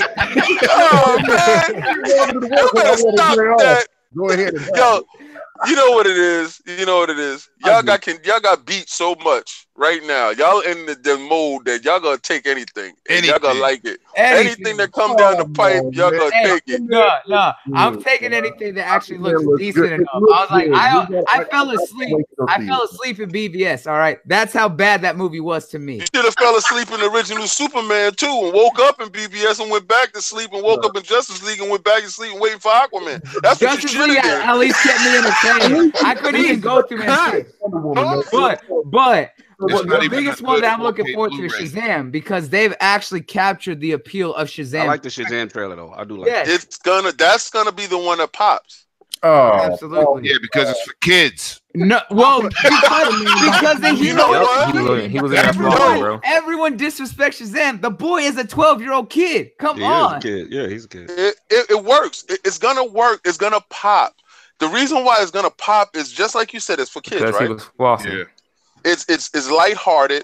It's not taking itself serious. Right. You're gonna see the education of the crowd, where you're gonna find out who is the Wizard Shazam, why he chooses Billy Batson, why he got his powers, and you're gonna see the childlike wonder is if you was a kid and you were given this power, right? So you're gonna be able to automatically throw yourself into the character and be like, man, what I would do. Yeah, that's crazy. And they're gonna have that comical moment, and then the seriousness of the boy having to deal with the evil or whatever else that comes with the power. Great power, great responsibility. The reason why the Spider-Man formula works. The reason why Aquaman is not gonna work, he is still tied to all that baggage. You understand? This Shazam he's tied to that. All right. Whatever you already have preconceived notions about it, you already see the character. You're taking that with you into this. It's still that same dark world. I still see the same dark crap. I still see Zack Snyder's fingers all into this. Now they tried to separate it with the full suit. We're gonna give you the Arthur Curry suit, and I'm so happy that they decided, we're gonna be faithful. They work with Sideshow. Sideshow's right here. That's the new statue coming. Y'all go get that. But I got plug. Designed just right. Yes, it was beautiful. But I don't think it's going to be enough. Will the movie sell? Yes, it's going to sell. It's going to sell. It's going to sell. You can get a lot of people to buy crap, and that doesn't make it good. But it's going to still sell. Will it be a smash success? Will this be the jumping off point? That's the interesting point. That's going to be where it's going to make it will. It will be a success. Yeah, you said it's going to make a budget? Of course it's going to make a budget. Is it I said this is what's going to be the make or break point for how they're going to go forward, especially carrying that character and stuff forward. Nah, Shazam is going to be the if the new direction is really going to take off. Right now, you know they looking at it as a failure automatically with Flashpoint. You know the Flashpoint movie resets all this everything. crap. Yep. Yeah, for sure. And I was like, and I hate that they're having to use that as the hey shit, we need a fucking reset right now. It's a MacGuffin. It works for X-Men. It worked for X-Men until Apocalypse. That's right. Yeah, that's right. That was crap too. That was crap too. Tell it like it is. Yeah, no, Apocalypse. I'm more of an X-Men fan, like out of a group than anything. But you know what I'm saying, I like X-Men better. I like Avengers. But yeah, that was a travesty what they did with Apocalypse. I want that. I wish they did Days of Future Past after Apocalypse. That was just horrid. So you like Days of Future Past? Do I got to throw you in the bushes? Hey man, I'm coming out. Hey, I'm the new Buster. We gonna have to get some Super Bowl. You know what I'm saying? I told you Buster didn't win that fight. Buster just told me to make sure to get to the podcast. You telling me to get to the podcast? Check it out. Days of Future Buster don't even want to be Buster in that dream. It was amazing, huh? Why you don't like it? Why you don't like that? Oh, man. Oh boy! I'll say you got to give me an explanation on that. I'll say was that great. it did have its pacing issues because they tried to do 3 different storylines in that movie. In that film. Quicksilver was way better than the Avengers. Quicksilver. I like the Avengers version of Quicksilver. He was trash in the Avengers. We only got to see it for 50 minutes. He was about to be a bad fast though. 3 times he got shot. He got shot in the shoulder like 3 times. Yo, he was not trash. He's dead. Well, he's coming back. He's coming back. Y'all gonna look at. Even thought that he was trash. They sent his ass off. Thank you. You know what that was. You know what? Don't front. You know exactly what that was. That was Marvel being petty with Fox. Yeah, you know that. I know. Yeah, they had the time We're to caught in use the the middle. character.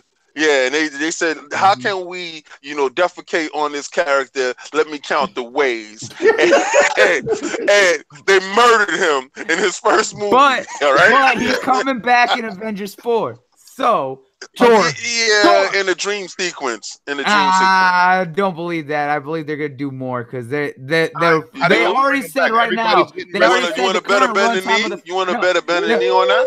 I will bet. We gonna bet a knee on that? All right, listen. Hang on. Let me explain before we go on the bet. Don't do this shit. Don't do this shit. Before we do, let me go into explanation. Because of the fact that they've already stated that Avengers. Actually, do it. He'll get off my back. Do it. Wait, hold on. What's the terms of bending knee? I'm gonna tell him what the terms is. I'm gonna tell him what the terms is. He ain't gonna like this shit. What it is that we already know Avengers 4 is gonna do a lot of time travel. It's not just gonna be dream sequences. No, wait, you said it's gonna be time traveling? Yes, they already said they're gonna be do time traveling. Who told you that? This has been reports from everyone that has been around the film. Okay. As well as the current I'm gonna get a lot of knees bent off of you. hey, I already know where it is. Unlike Addict, I'll actually follow through. All right. Give it to him. That's man talk. We I'm still waiting to see the video, man. I'm still waiting too. I've been waiting on that bet. Y'all damn wrong. That man bet the knee. Stop. He bent the knee in an angle like you doing a Facebook photo that you send out to a dude you don't really want dude to see his real size. Like he was like, the camera angle was like. I guess it was so magnificent it took you 4 days to realize you didn't like it. No, you know what it was? You told me that you were sick. You came in with the sick puppy stuff. I'm not gonna regurgitate it to you. I'm not gonna listen, no, you know what, Addict? Really, I do have sympathy for you. It couldn't have been nice that you lost in such a fashion. It damn sure couldn't have been nice that you lost to a wild braggadocious dude as myself.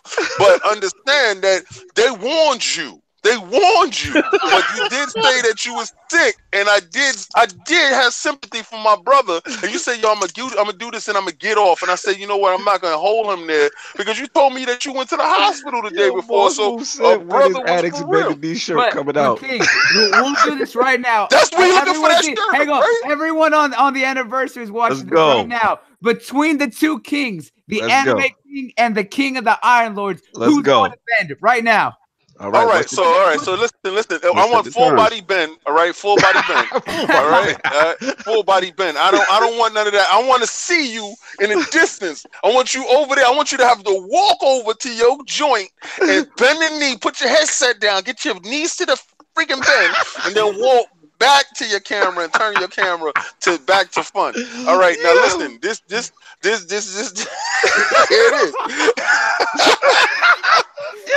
Shit sound like a workout. Why he gotta get off he gotta go in the back and do it? Why you got? Because I want the full body bend. You know what I'm saying? Like. He's talking straight Game of Thrones all the way down. Game of Thrones. I'm gonna show you. When is Addict Ben and knee shirt coming out? You know what? Because the Ben and knee shirt, they know. I'm glad y'all follow. Thank you for following. He knows he was supposed to be a pitcher.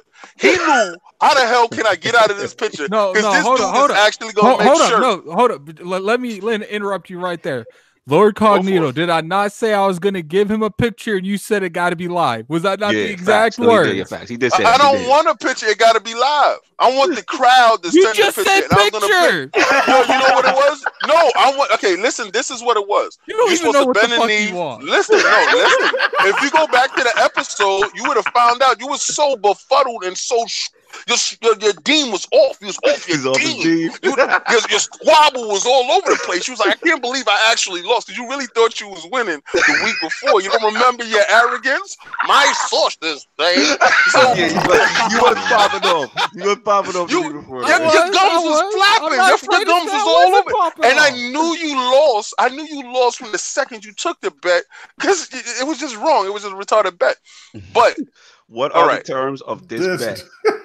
Full body bend. That's all. Right, no, but what's the parameters? What's the all right? Tell me, Bloody. What are you willing? What are you willing? Talk to me. Talk to me. Okay. Well, what are you looking for so we can see? Because it can't be a one-sided bet. King says this. What's up? What's up? So, what we're gonna do is in the film when Avengers 4 comes out, we gotta see one if they bring Quicksilver back, as well outside of just being a dream sequence because that's been confirmed as part of Scarlet. If he comes back and he's still around and he's much better than what we saw. So he's going to be alive. So the terms of the bet is about Quicksilver. Here's the question.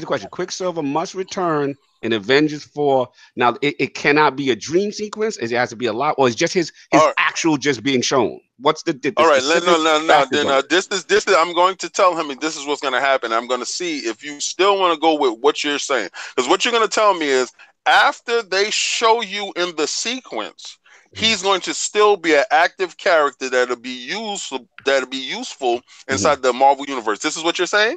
Yes. This is the deal that I'm going for. I'm going to take your deal, sir. I'm going to shake on this deal right now. Virtual shake. Ha. All right, full body bend. Now, this is what's going to happen. You're not going to like it. It's going to be very disgusting for you. All right? Listen to this. Here we go. You haven't been the knee in like ketchup or something? Listen. What's up? The sequence that they're going to have is she's going to manifest these things. She's going to see the Vision alive, her with a family with him, and her brother alive. That's where the brother part comes in at. Your man is not going to be alive. He died before the Soul Gem. It's over, bro. You made the deadest, wrongest bet. No, wait, hold on. Let's get. I am willing to take it. They're not going into hell, reaching into hell or heaven, and pulling people back just for the sake of a MacGuffin. Well, not happening. Bloody. If that is the case and you win, what are the terms? We doing the full body bend? What we doing? Yeah. What King got to do? Full body bend. I feel like somebody need to be writing this down. Yeah, well, we got the receipt. No, we got the receipt. Everybody here. So King. So if I'm wrong, I gotta do a full body bend on camera. But remember, you gotta walk to the back. You gotta leave your camera. Walk to the back. Full body, and then come back. Yeah. Right. Wiggle. All right. If you lose, and if I'm right, then you got to on the show, on ILP, especially on ILP, is that you got to put on your camera and say that there's only one king in this realm, and that's the anime king right here. And that you will relinquish the crown. You want to waste. I think that would look good with a knee bend. Hold up. You want to waste. King, you're lost. I just want to ask you a question. Addict, don't get him to back out of this, please. No, I'm not. I'm talking to you. I'm talking to you. I'm not talking to him. Oh, okay. Go ahead. King, are you sure about this? Because if you lose this, are you sure your ego can handle claiming another man? You gotta call that man the only anime king. You know what's crazy? And people go crazy. Be like, who is Bloody? Listen. All right, now that we shook, Bloody. Listen, Bloody. We shook, right? We shook. Yes, sir. We yes, good. Sir. You do that. I'm good with that. I can say that. You know why I can say that? Because as I walk in the room and I greet my brothers and sisters in this room, everyone in this room is a king and a queen in their own right. We tell you that when you come into the realm. So, brother, for me to look at you and tell you that you're the animated king, you already got that. No, you have to say he's the only anime king. I am not an anime king. No, Bloody. You got to say that you're the only king. Don't bring no anime into it. No, he already said it. Already shook. There's only one true king, and that's the anime king right here. That's right. There it is. There's one true king of the North. He's trying to soften that blow. Make sure he gets the contract right. Yo, Kmega. Yo, y'all know I just sat there, gave the bruh the fine print. You see the fine print? Yeah, I gave him the fine print. You think, bro, you trying to give him that gift to Gab? I already smell that smell. I already see that. Yo, Knuckles, you better be careful. And sisters, we are I have enough dignity to hold my end of the bargain. If I am wrong, I will bend the knee. Yeah, Blood, I just don't want you to make that walk to the back. Blood, I just want you to realize this, man. I never want to take advantage of a fellow brother, but you allow this to be so easy. But all right, so Avengers 4. He's dead already. Supposed to be Avengers 4. Let's recap. Avengers 4, Infinity 4. That Quicksilver returns, but he has to be, in order for King to win, right? That is just that he has to be a real living character from that point forward and moving forward in the MCU. Yep, he got her brother back.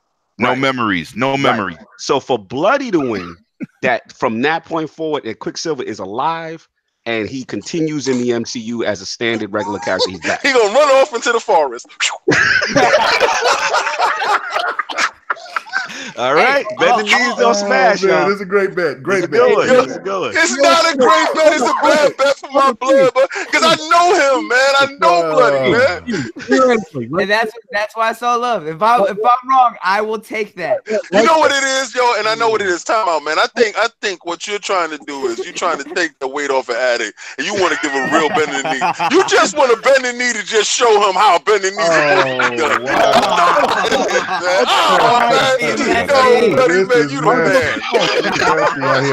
I mean, it's not even nighttime. It's daytime. It's so messy. It should be nighttime. This is a debate. Native. It's not gloves. It's documented. It's on Smash Podcast. Oh yeah, it's the receipts is here. The receipts are here. We got too many witnesses. Too many. To all the 25 people that was just watching that, I was like, it's happening. We got the receipts. So half a year from now, 6 months, we'll find out. Wait for Infinity War. I got a question. Let's say that Quicksilver does come back in some kind of time frequency, but like he dies immediately, and he's not. Listen, anyway, you slice it, Addict. You gotta live on. That's just the factor is Quicksilver has to live on. He got to live on. When the credits roll, your man gotta be running through the street. He didn't get killed. He didn't get sucked and put into the Soul Stone, bro. I don't remember. He got killed. He was killed. He got put in the blender by a damn Bloody. But let me ask you, why are you confident? Why are you so confident that he will come back? I'm just curious. Because of the fact that we're seeing a lot of changes that they're willing to make, as well as the fact that they need to change the history at certain points. that are gonna have an effect on being able to stop Thanos. Remember when Ultron? So your thing is time travel. Yeah, thing is like they've confirmed that it's going to be time travel because it's 4 years after the end of Infinity War, and this is when Captain Marvel's going to show up, and they have to go back and change certain key events. That's why we're seeing. That's why we're seeing. That's why we saw that Cap was in his World War II outfit during the first Avenger, as well as seeing outfits from the first Avengers film. We're going to see the fact that they're going to change certain events to stop certain stones and events from happening that are going to put into Thanos' hands. The whole Sokovia aspect and what happened, what led to Ultron having certain power, as well as what created with Vision and what happened with the Mind Stone. So they have to make certain changes to those scenes to have an effect on what's going to change the outcome against Thanos. Because everything, for the most part, was set in stone. After this movie, I'm going live straight from the movie theater. Yo, we gotta do listen, something live. I'm gonna go live in the movie theater. Now, this is where it go bad for you, right? And this sucks. This sucks because this is part of your topic, and I thought you was gonna do a little bit more research before you came at me. I understand that you did not do the research. You're going off a straight adrenaline. Coming on your podcast. Listen, this is straight adrenaline. Listen, Bloody family. Listen. It don't matter if it's my show or any show. I always get the smoke. Listen. He know he family. He really family. In Cali, we hang out. Yeah. So check it out. Right now, you see the deal with Fox and Disney, right? Yes. You understand that they already got back that character, right? Yes. You know whose contract is up at the shoot this last movie? Which one? And whose contract isn't up? All right, the Quicksilver from Fox is still set for 3 more movies. 3. The Quicksilver that you had only had ties to 2 films. The Avengers, what, the Ultron joint? Ultron was 1, and this one that's coming up. So, Bloody, being that the contract is up, right? Do you want to do a preemptive bend the knee on your segment? Do you want to put a knee in the bank, maybe? And I'll do one knee today. Hang on. No, I did the research and I know this. The reason that those are the ones that they have planned ahead of time. They already stated that after Phase 4, after Avengers 4, they are going to be a little bit more secretive on what they go after that. We already know the people who had contracts established before this point have already stated that those contracts are ending after certain things, but not a lot of people are talking about those who are going to renew. The reason that we know about the Quicksilver from Fox is because of the fact that they already had movies planned. Those movies are still slated. They're just having to rechange those. That's why we're still getting Dark Phoenix. We are still getting the Gambit film. We're still getting New Mutants and everything else that's already been established. But that's what movie is he in those movies that you just stated? What movie is he in? Dark Phoenix, as well as I believe he's going to be New Mutants, and then one other film that they haven't talked about. He's not in New Mutants. New Mutants is a horror film. Well, but remember that they pushed it back and they're rewriting the script and they're going to include certain characters. It is still about the horror film aspect, but they're also going to be adding more. But they're not gonna put Quicksilver in a horror film. I understand you reaching for it, but I want to listen. I'm gonna give you the one knee. You can do the one knee bend, put in the bank, and then listen. When the movie come around, you can just add the other knee to the bank. I mean, however you want to do it.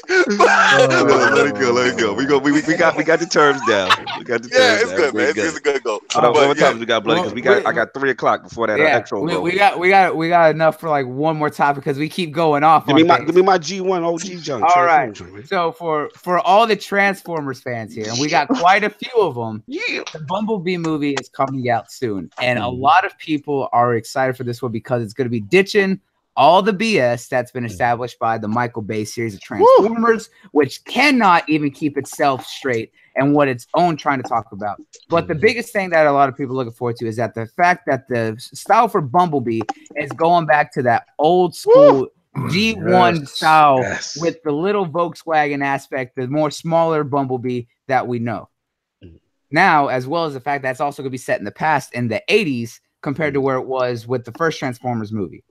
So for the fans of the OG Transformers, what are y'all hoping to see out of this, and how do you want it to set itself apart?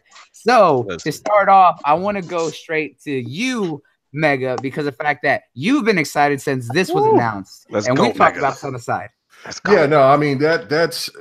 I think out of all of us here, well, I don't know. I don't really, know guys on the level of knowing about Transformers, but I am huge fan of Gen 1 Transformers. I mean, that's what I grew up on, right? Facts, so it's like talk that talk. So I mean, so to see that when you see Soundwave look like Soundwave, Starscream look like Starscream, Shockwave look like Shockwave, Cybertron looking like it's supposed to be, everything is going in the right direction.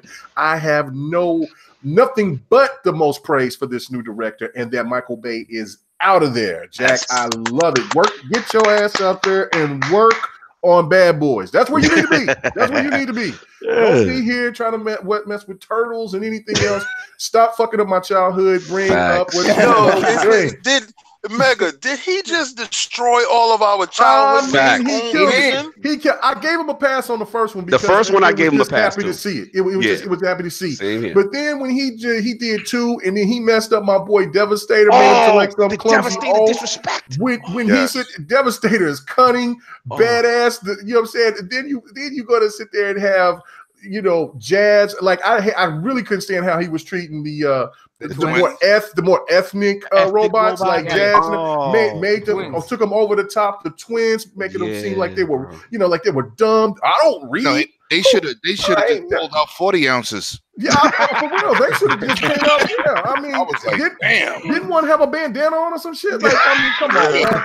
Like, it felt real racist when he went to certain characters like the Chinese or the Asian character. He was always balancing in the corner, doing some weirdo crap. Like stupid with this shit, right? So so the whole thing about that, like Michael Bay, and you know what? I do like 3 because of the action, not because of I like the action. I thought it was really dope. I even know he had Shockwave out there looking like a big ass Cyclops destroying Bill. I did like the whole the sequence. That's like that shit's hot. But when he brought Mark Wahlberg in, I didn't even watch the last 2. I ain't watched that. Two. I was done. I tried to enjoy Age of Extinction just because I like the Dinobots, but I couldn't do it. No, that wasn't even. Those wasn't even Dinobots. It didn't make no sense. We are missing the point. Look, bro, you missing the point. We know what Michael Bay is for, and every movie had it. Explosions and blowing shit up. That's all he's good for.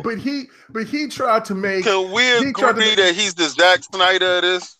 Yes. I'll just absolutely. Say I own all of them, but he's horrible. He in the bushes with Zach too. He can make action films, but he can't do anything else. But the one thing about this is not at all. Yeah, but the one thing about this, Kmega for action sequences, and that's it. Yep, that's all he's good for. John Woo movie. You know they had the original artwork, right? Mm-hmm. They had it. He could have used it. He scrapped it. He scrapped it. He scrapped and said it will never translate on film. Yes, that's right. King, you know what the ultimate thing is?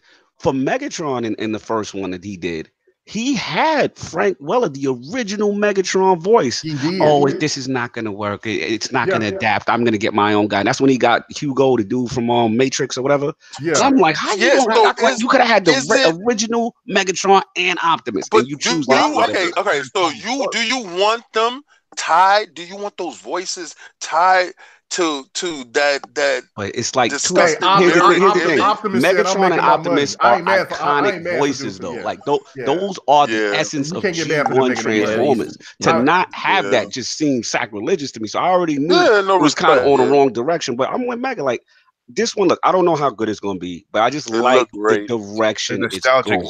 The nostalgia, the G1, the 80s feel. I'm seeing Soundwave looking like Soundwave. I'm seeing, Starscream looking like Starscream. When I saw Starscream, like the interaction. I'm willing to give it a chance. I don't know if it's gonna be lit, but I'm willing to give it a chance. You know what it is? I'm probably gonna go see it like 4 times. I'm not gonna lie to you.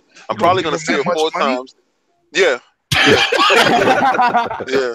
I'm not gonna lie. Money. You know, they're gonna get the Blu-ray money too. Yeah, because I'm very bad with it like that. The 4K Blu-ray money.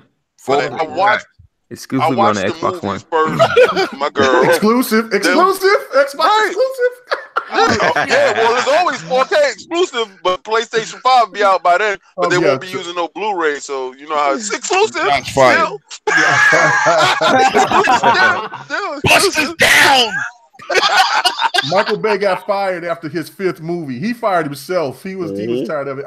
Look, this is the thing. I just want to finish my little point, and then we get on. Let you guys get on. I just wanted to say this is that at first, when I first seen the first trailer, I kind of was like, oh, here we go with Bumblebee doing no voice shit. Here we go following that. And I seen John Cena. Yeah, facts.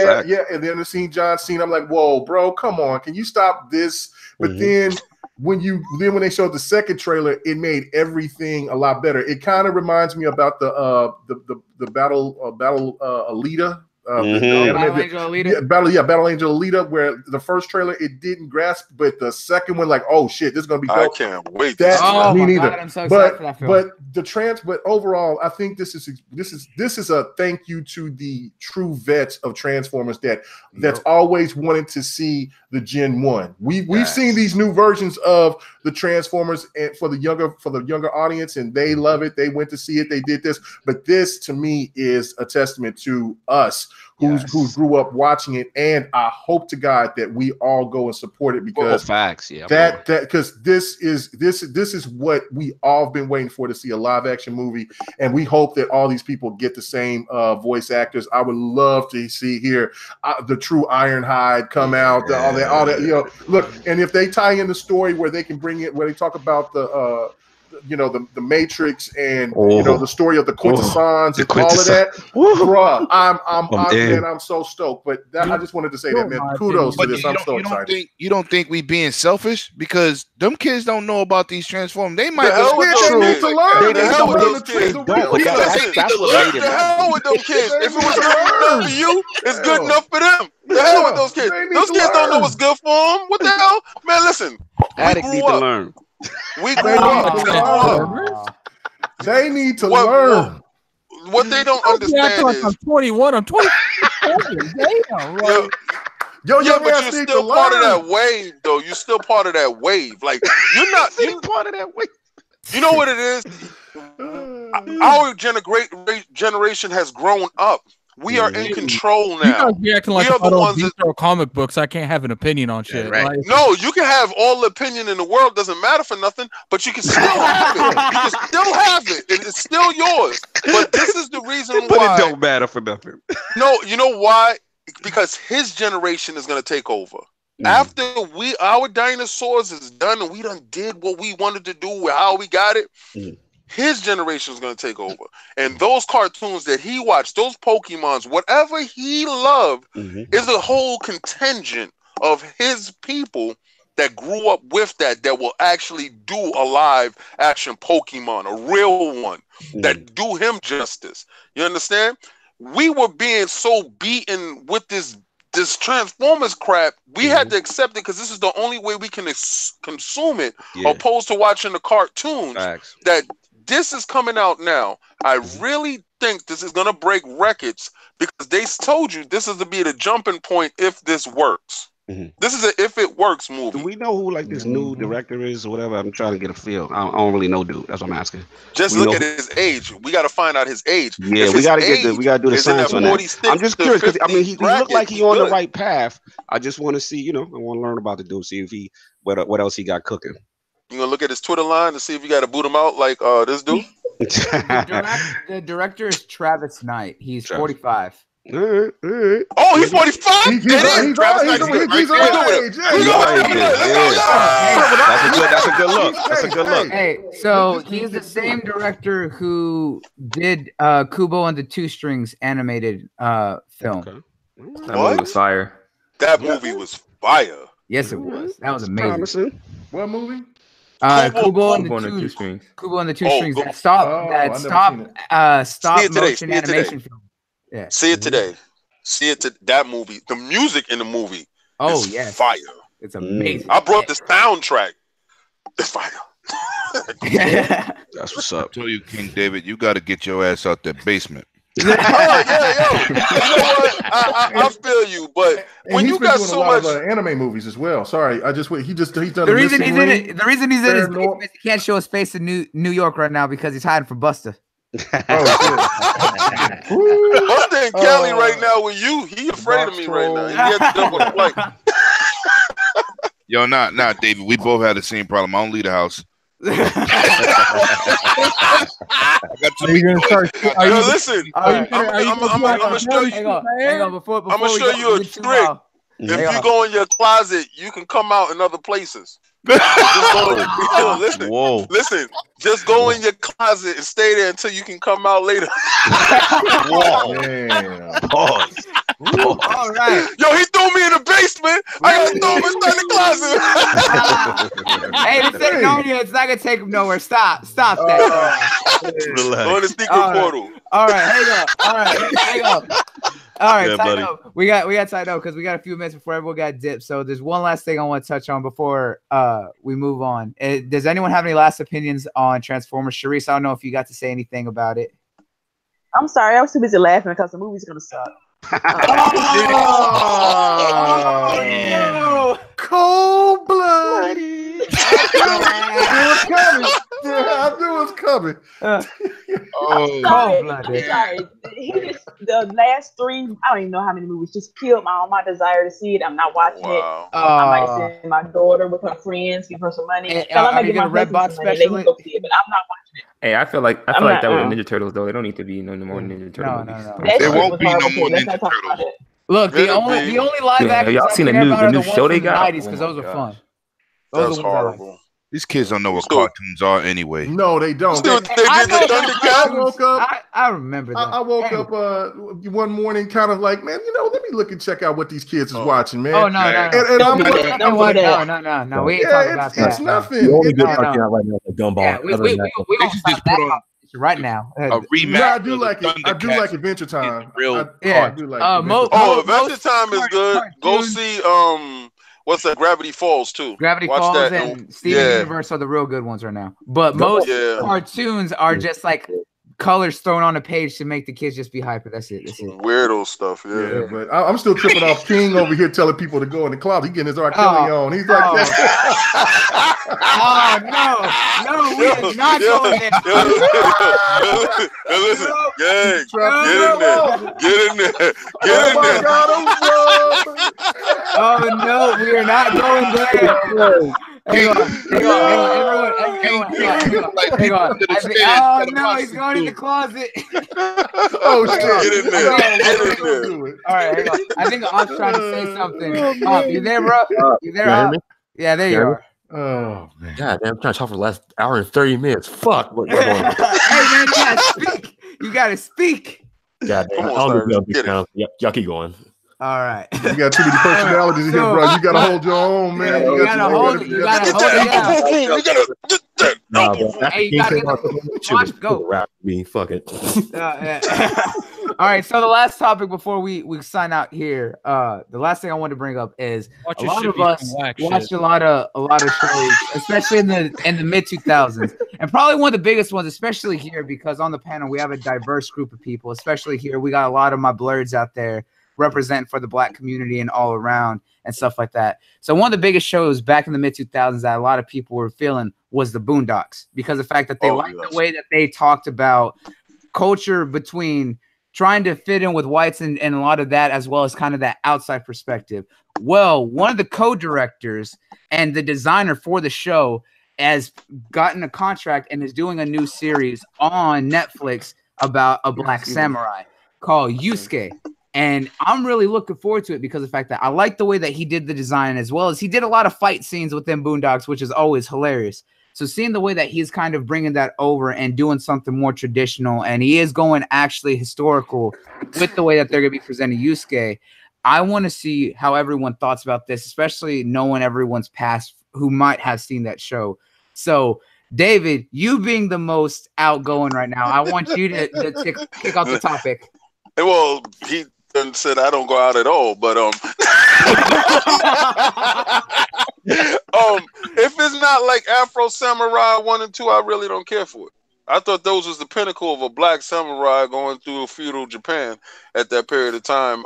With the carnage that was left there, with the language, with the music, I thought RZA took it and elevated it to a level that you will never be able to touch it. So if this dude is not coming with his A game, he is going to be compared to Afro Samurai, and it is video games and toys made from this cartoon, and is a cult following that's brought to it. So he has to understand this high expectation for him to step up to this plate and hit it out the park. Yeah, because remember, it was both RZA and Samuel L. who did Afro. Yes, yes. Right. Well, Samuel L. did the voice. Yeah, RZA did that score. RZA did the whole thing. Oh, yeah. Real, that's hip hop style. Real hip hop. Every main battle, them tracks was killing fire. Five episodes, but well worth it. And that's what a lot of people are already trying to think, is that they don't want to see just another rehash of Afro, but they do want to see like that stylized and that fight sequence. Yeah. Cognito, what are your thoughts on it, my man? Oh, look, I mean, I like the premise. The premise sounds good. You know, Boondocks is legendary, man. So just to see my man working and getting back out there, and I'm willing to give it a shot. I mean, I know what King's saying. Like, the bar is really, it's set high. It's high. But all we got to do is, just like I say, just hone into what he's trying to do, narrow the character. And like I said, if he want to call RZA up, I wouldn't be upset. But yeah, man, I'm for it. I'm all for it. I'm willing to give him a shot. And same way I felt coming in, like similar to Kugler with Panther. Like I knew some of his stuff, but I was like, damn, there's a lot of pressure on him, man. Like I hope he nails it, that kind of thing. And look what happened with Panther, man. So all you could do is just wish the brother, some success, and like hopefully he just knock it out the park. So we'll see. Yep. All right. Cool. Good shit. Chareece, what are your thoughts on it, girl? I'm gonna watch it. I want to see what it's all about, because again, Samurai, Afro Samurai was my shit. I watched that religiously when it came on TV, and I think I bought it also, but somebody stole it, but it's something else. Did you play the game? But I didn't play the game because I'm talking about the actual. I bought it on DVD. Because I wanted to have this before streaming and all that stuff right there. I want to see it, and the bar is high, like legit high, and he has to have his production values on point, or people are gonna laugh him out the room. Yep. And I think I'm gonna give it a chance too. Yeah. Yeah. I'm gonna give him a chance. I'm gonna try to be fair. That's the whole issue. You have to at least give it a chance, and not a lot of people want to do that. So I'm gonna try. All right, cool. Addict, you got any words on this? Not really.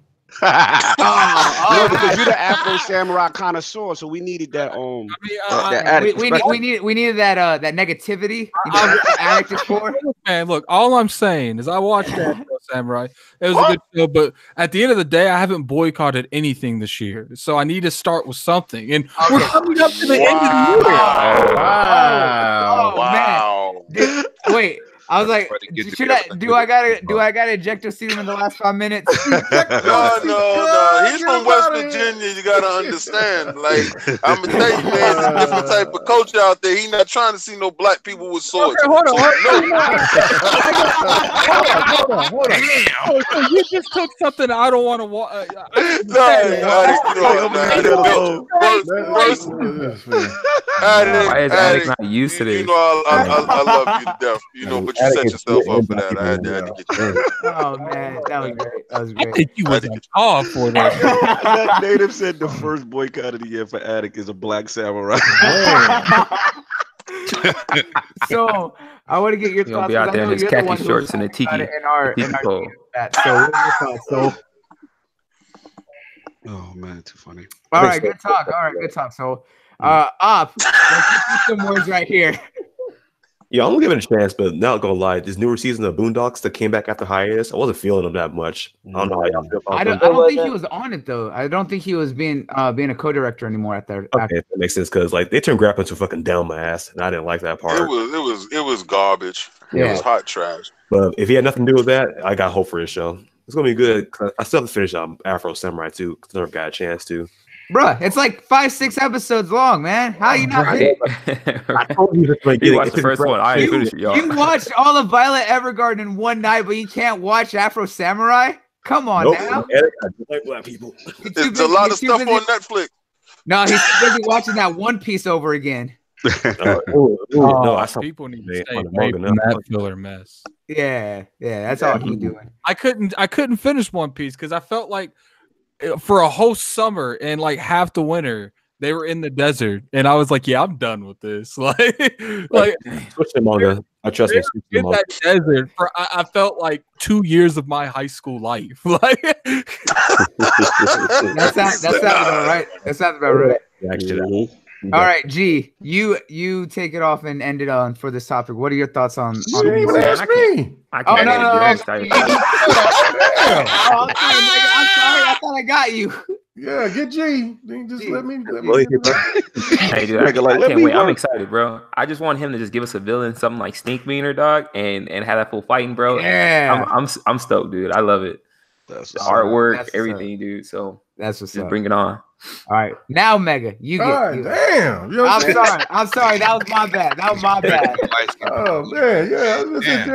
Just treat light skinned brothers bad, man. Get the Iron Lords in here. What are you talking about? Get the GWG in here, and then don't know how to act. Anyway, not lighter than all Kmega. Yeah, he just treat us like trash. We gonna just run off. We ain't. No. We gonna bring the iced tea to y'all in the field. Don't worry, we going there. We going back in the house. Hey, make mine a sweet tea, please. Make mine a sweet tea, please. I'm sorry, Lemon. Y'all look a little hot out there. Right. You know what I'm saying? As Kmega said, a little parched. They are a little parched down here. Make mine a sweet tea, please. Oh no. All right, check it out. So no, the point I was just trying to make is this. This sounds dope. I mean, I love Boondocks, and I love the little hip hop style to it. What I hope that this is something on the same realms of Samurai Champloo, because that to me would be epic, especially having that serious tone is well put to it. Like you have a marriage of samurai Afro Samurai with Samurai Champloo.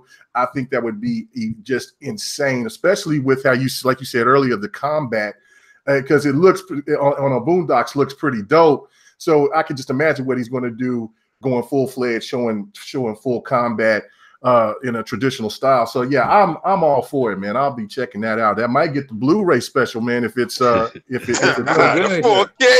know what I'm saying? So I mean, we've seen how he did both with Boondocks and we've seen with Samurai Champloo. Like especially Samurai Champloo really brought the lo-fi hip hop to the forefront. Yes. We've seen how he married hip hop straight into Boondocks, so kind of getting that mix, especially with the soundtracks that they do and something like this, I think they could absolutely pull it off. Yeah, that's what I was hoping, man. But yeah, no. Lemon, awesome. My man, your thoughts? Ooh. Yes, the lemonade bearer. Thank you. Part. Light skin. Light skin. Bring that over here. We'll bring it over here. Oh my God! You keep picking. We gonna go back. Listen. I don't want that spinning charcoal. You get in there. You just churn that butter. No. Tell me thoughts, man. Tell me thoughts. No. Crazy love. Hey, don't forget your old ladies in the house with me, bruh. Oh no. Hey, listen. All right, I gotta go. I keep what I got in the bush. All right, later, brother. Oh man! Oh my God! I'm a bad Addict had to go. It's getting too much for Addict. Addict was like, nope, because the next thing you do, we're on that plantation. You know what's gonna happen. No. Oh God. Lemon, tell him what you think, man. Tell him what you think. Oh man, we're getting wild. I'm gonna go in there with blind faith, like my man Knuckles with that with what's the name surviving in the movie. So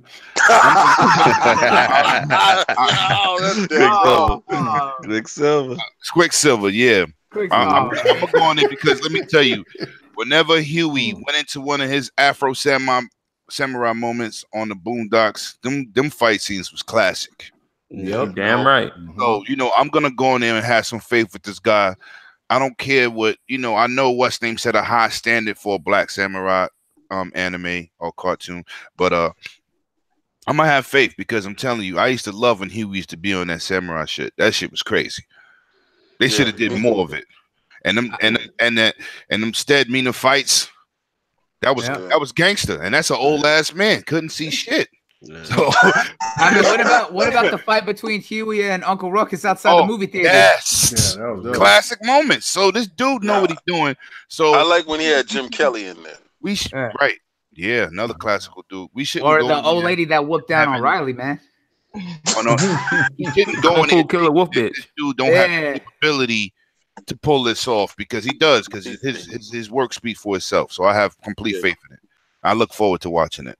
Yeah. All right. I'm right with you, sir. I'm right with you. Kung Fu Killer Silver dead. He dead.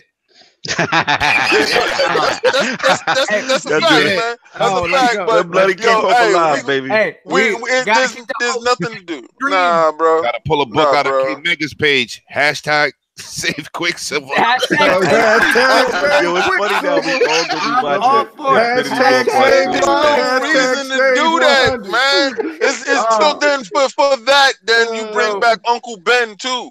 You know, bro. Ben, damn. Uncle Ben. Yo, like it's done, son. It's done. It's done.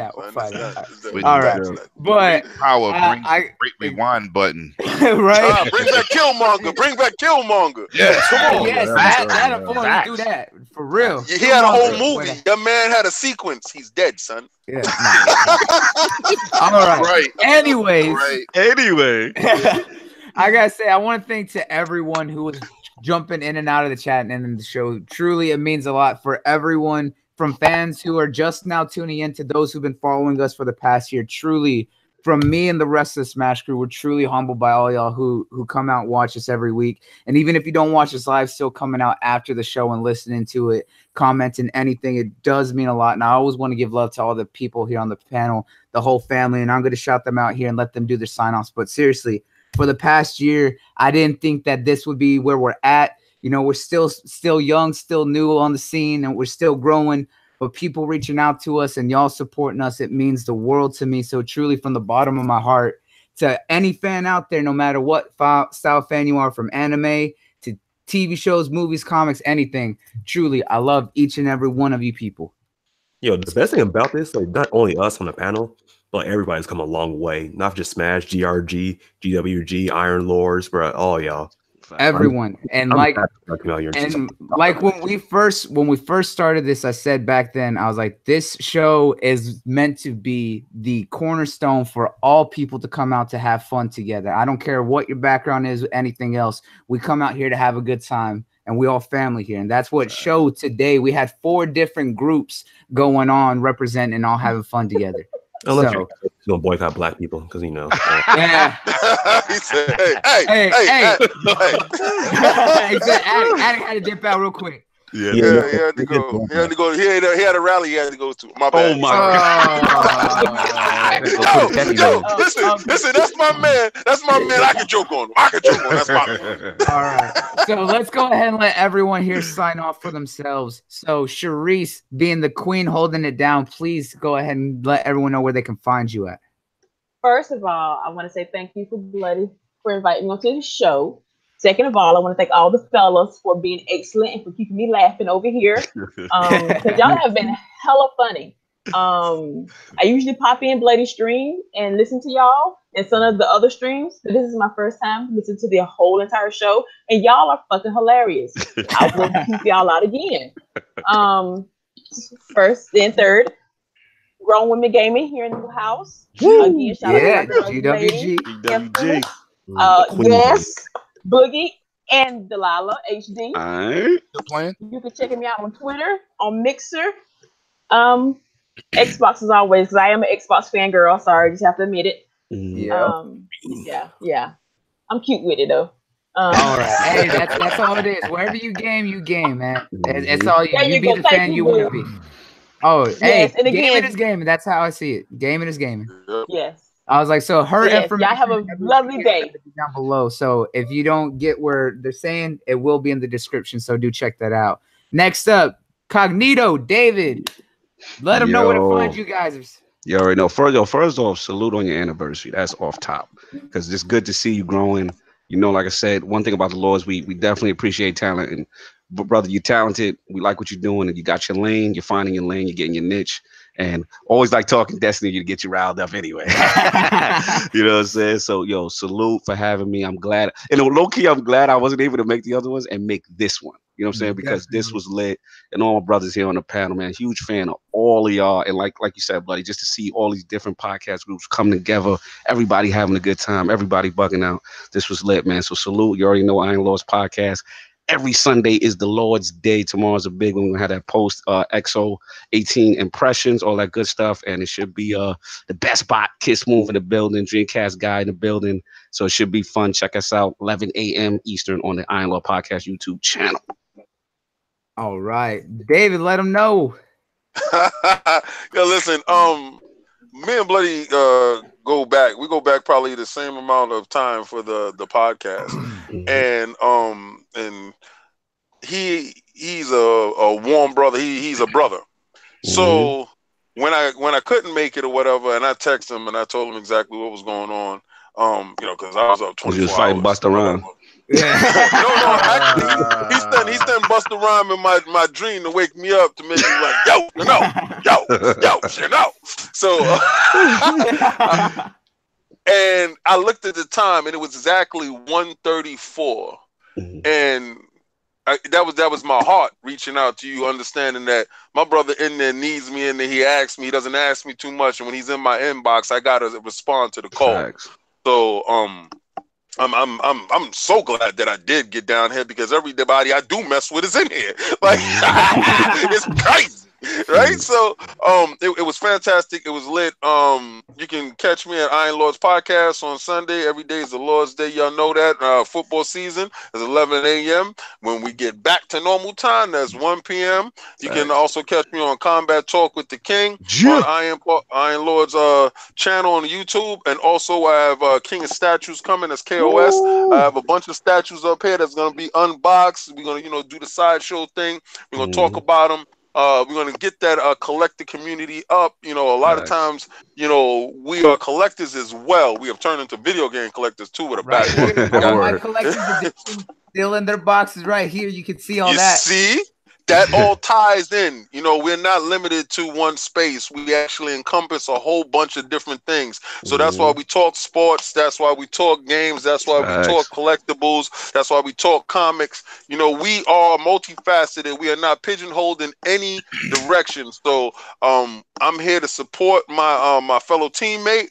We are all team. All right, yo, man, that's what I'm talking about. Stuff like that. That's what we're in it for. All right, our passion. So, everybody here is nothing but love. Everything we did with today was jokes. So I don't want nobody on Twitter talking about, they was racist today. Don't you do that, because that's bad. That's bad. But I do want my sweet tea, so I want you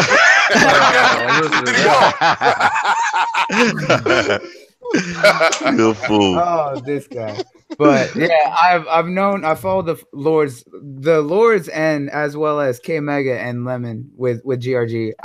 Were the ones who got me into the community because I was following them and saw them. So I've known them just the same amount of time and nothing but love. And after seeing them all at E3, it's a whole nother level of family with these guys. I was like, so just because they're only on the show occasionally doesn't mean you're not gonna see me over there every now and then. You coming though. We always working together. We always talking. I love these guys. Facts. So both of you guys and again the Addict who dipped out real quick. Let me do an Addict's outro. I'm gonna do Addict's outro. All right, listen. Hard Game Conqueror. You can catch me over there with me and Kids Move on Planet Xbox. I'm over there on Iron Lords Podcast. I don't really like getting up in the morning, but when I have my 5-hour energy, I'm in it unless I got to bend the knee to KingDavid. So, yo, he in the chat. He actually jumped in the chat to respond to you. That's hilarious right there. My man, Addict, you always got your back, brother. He jumped back. That's the responding king. That's how petty he is. Nonsense. Okay. Listen, I was holding you down. I will hope that you would do the same for me, brother. I hope you don't miss anything because I'm gonna give you the most savage outro I can promise. Yo, but how was my outro savage? I said you the video game conqueror, hard video game conqueror. Him and Kid Smooth was on Planet Xbox. You can catch me over there. I said all the great stuff. Yeah, but you don't really like waking up at 11 o'clock. Me either. So, hello. Hello. I gotta go. But nice love, Addict. Oh, love, man. Oh, man. All right.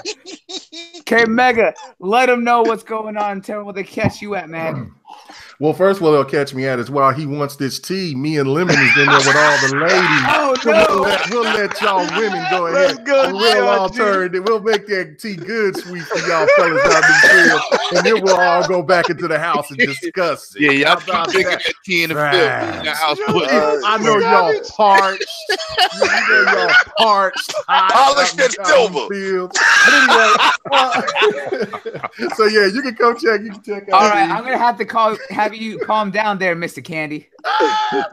Anyway, you can check me out on my channel, Kmega 405. Man, check out the GRG podcast every Friday night, 8:30 Central, 9:30 Eastern, 6:30 Pacific. Check us out on the next podcast on Saturdays. And then, just my boy Lemon, the Grown Women Gaming, they come on Saturday mornings. Check them out. Yeah, before S.M.A.S.H, you know what I'm saying? Vibration Podcast. I love the fact that we all could collaborate. We could talk, you know what I'm saying? I haven't really talked to my boy Super G in a long time, man. Appreciate all the help that he did out there for us out there in LA.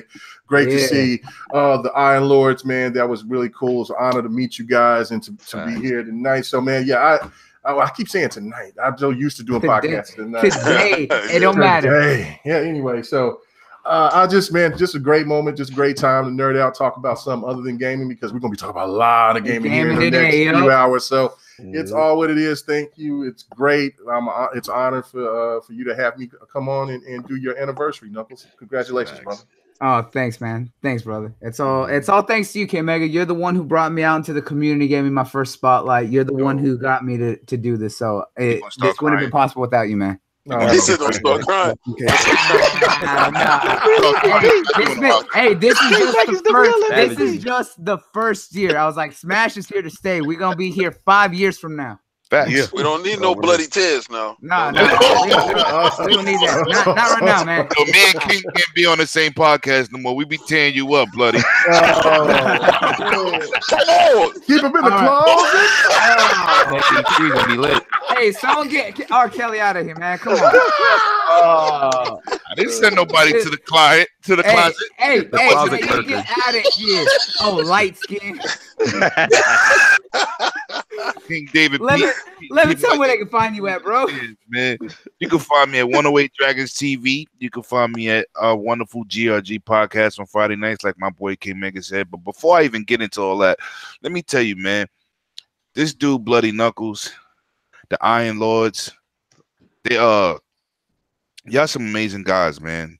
Super G was amazing, even though you tried to set me up at Comic-Con to stand on the line for a goddamn Funko Pop line 3 hours long. Trying to set me up.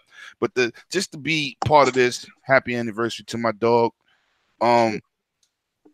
It's just coming on here, doing stuff with people that just got good spirits in the same nature. You got no negativity, just everybody moving forward, helping each other, teaming up. This is a wonderful thing, man, and I appreciate you for bringing me on, Bloody. It's always a pleasure to be here. And I took a day off work. Oh, man. I know you Thank did. you, man. Are you ever gonna help me with that intro that I asked you about? You the one said I don't work I work at night, man. Yeah, I'm sure. I mean, I'm the boss. I'm the boss. So I tell you, I'm the boss. You gotta tell me when you free. I got a regular schedule. Okay. I got you. Listen, I'm gonna harass you now. I just got you. I cornered you in that spot. So you had that T. Now we got the receipt. Hey, you with the T. You with the T. What's up with that intro? But yeah, I definitely you can find me at 108 Dragons TV, man. I try to bring good gaming news, all systems, try to bring, solid information, and I just do what I do, you know what I'm saying? And I thank my man Kmega for bringing me to put me in a lot of positions to make things like this happen. Facts. And Lemon, of course I had to have you out here, man. You were one of my first guests that I had on the show, so I got to bring you back. Plus, we got to keep you around, son. Exactly. Nobody's the type of and you better share some of that white walker. Some of that white walker. Y'all here. You don't think I was gonna call you out on that? White walker, man. You seen that? Everyone done seen that. All right, that was exclusive. Mr. Premium over here. I can't even put my hands on it. Next day, bing, bing, here you go. All right. We taking too long with these outros. My bad. So let them know where they can find you, man. Let them know what you doing. And he's still gone. Oh, this man. All right, well, you can find Soul King stuff down below. Follow the man. He's doing more art. Make sure to check out his Twitter. The man's always doing art for people, making big moves. He's gonna be reworking on the banner and stuff for the channel. So do give the man some love. He does all the work for us. So we would not have the art and stuff that we do without that man. So all love to Soul. Op, you tell them where they can find you at, bro. Yo, you can find me on Twitter or on the Smash. I don't do much. But a quick recap: Netflix Iron Fist doing Iron Bushes. Hulu, yes. Well, everybody knows Hulu because that shit garbage. Oh no! Red Dead Redemption 2 killed Daredevil season 3. That's all I'm gonna say. All right. He had to get his few words in because he couldn't talk this whole show. Cause no one gonna shut the fuck up. Put some bass in your voice. G, tell where they can find you at, bro. You can find me here on the Smash Podcast, or you can find me on Twitter at Super G. Oh, I'm gonna change my name to the driver coming next E3 because that's what I do. For y'all who know. All right, hey, next E3, we all gonna be in LA downtown and have a driver. I was going down. Drake's on deck when we come through. You already know. Oh, this time I'll be there on time. I'm gonna get there a day early this time. Right? Yeah. Oh, you gonna learn? I told you to come in early. Be that day early, bro. Yeah, I'm getting there a day early. Already gonna have that set up. But next year for sure, the Iron Lords and GRG, we're gonna do a live shows together. Yes, sir. You can come down to the compound like we offered for everybody to come down to the compound. But I guess after y'all saw what the compound looked like, y'all was like, yo. Bro, I was so foreign to that land. I didn't know where the compound was, man. That's what I was like. I was just trying to. But hey, we was enamored. He was like, what? Up with them. If you hadn't seen the pictures, me, Cognito, and David, we were all taking pictures up on the rooftop. We were all there, linked up, drinking, hanging out with people. And then we hit some other spots. So you already know we're always doing stuff. You already know. Already. Yeah.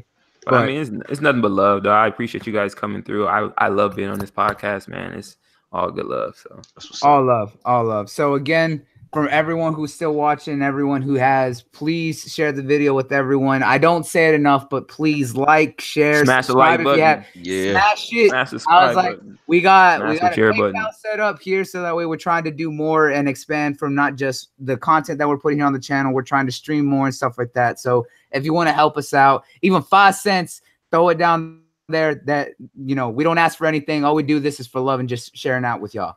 So we're about to hop on out of here and get ready for this EXO stuff. So be looking around on our Twitters because we're going to show you where we're going to be at. Iron Lords are doing their thing. GRG is going to be doing it. We're also going to be on next with XBot. So make sure to check out his channel. Shout out XBot. So everyone be checking out what we're going to be doing today. Kraken Bot. Yeah, Kraken Bot. Because the Kraken is not lacking. And you will be entertained today. XBot's going to show up. All day. Hey, they better. All day. They got they better show up. So for all of us here, if I'm about to give them 2 hours of my life, bro, they better show up. Hey man, that's 10,000 people there, man. So that fan fest is on another level. So they can't just come out and say, "Hey, you know what? I got a lot of jokes. Far left.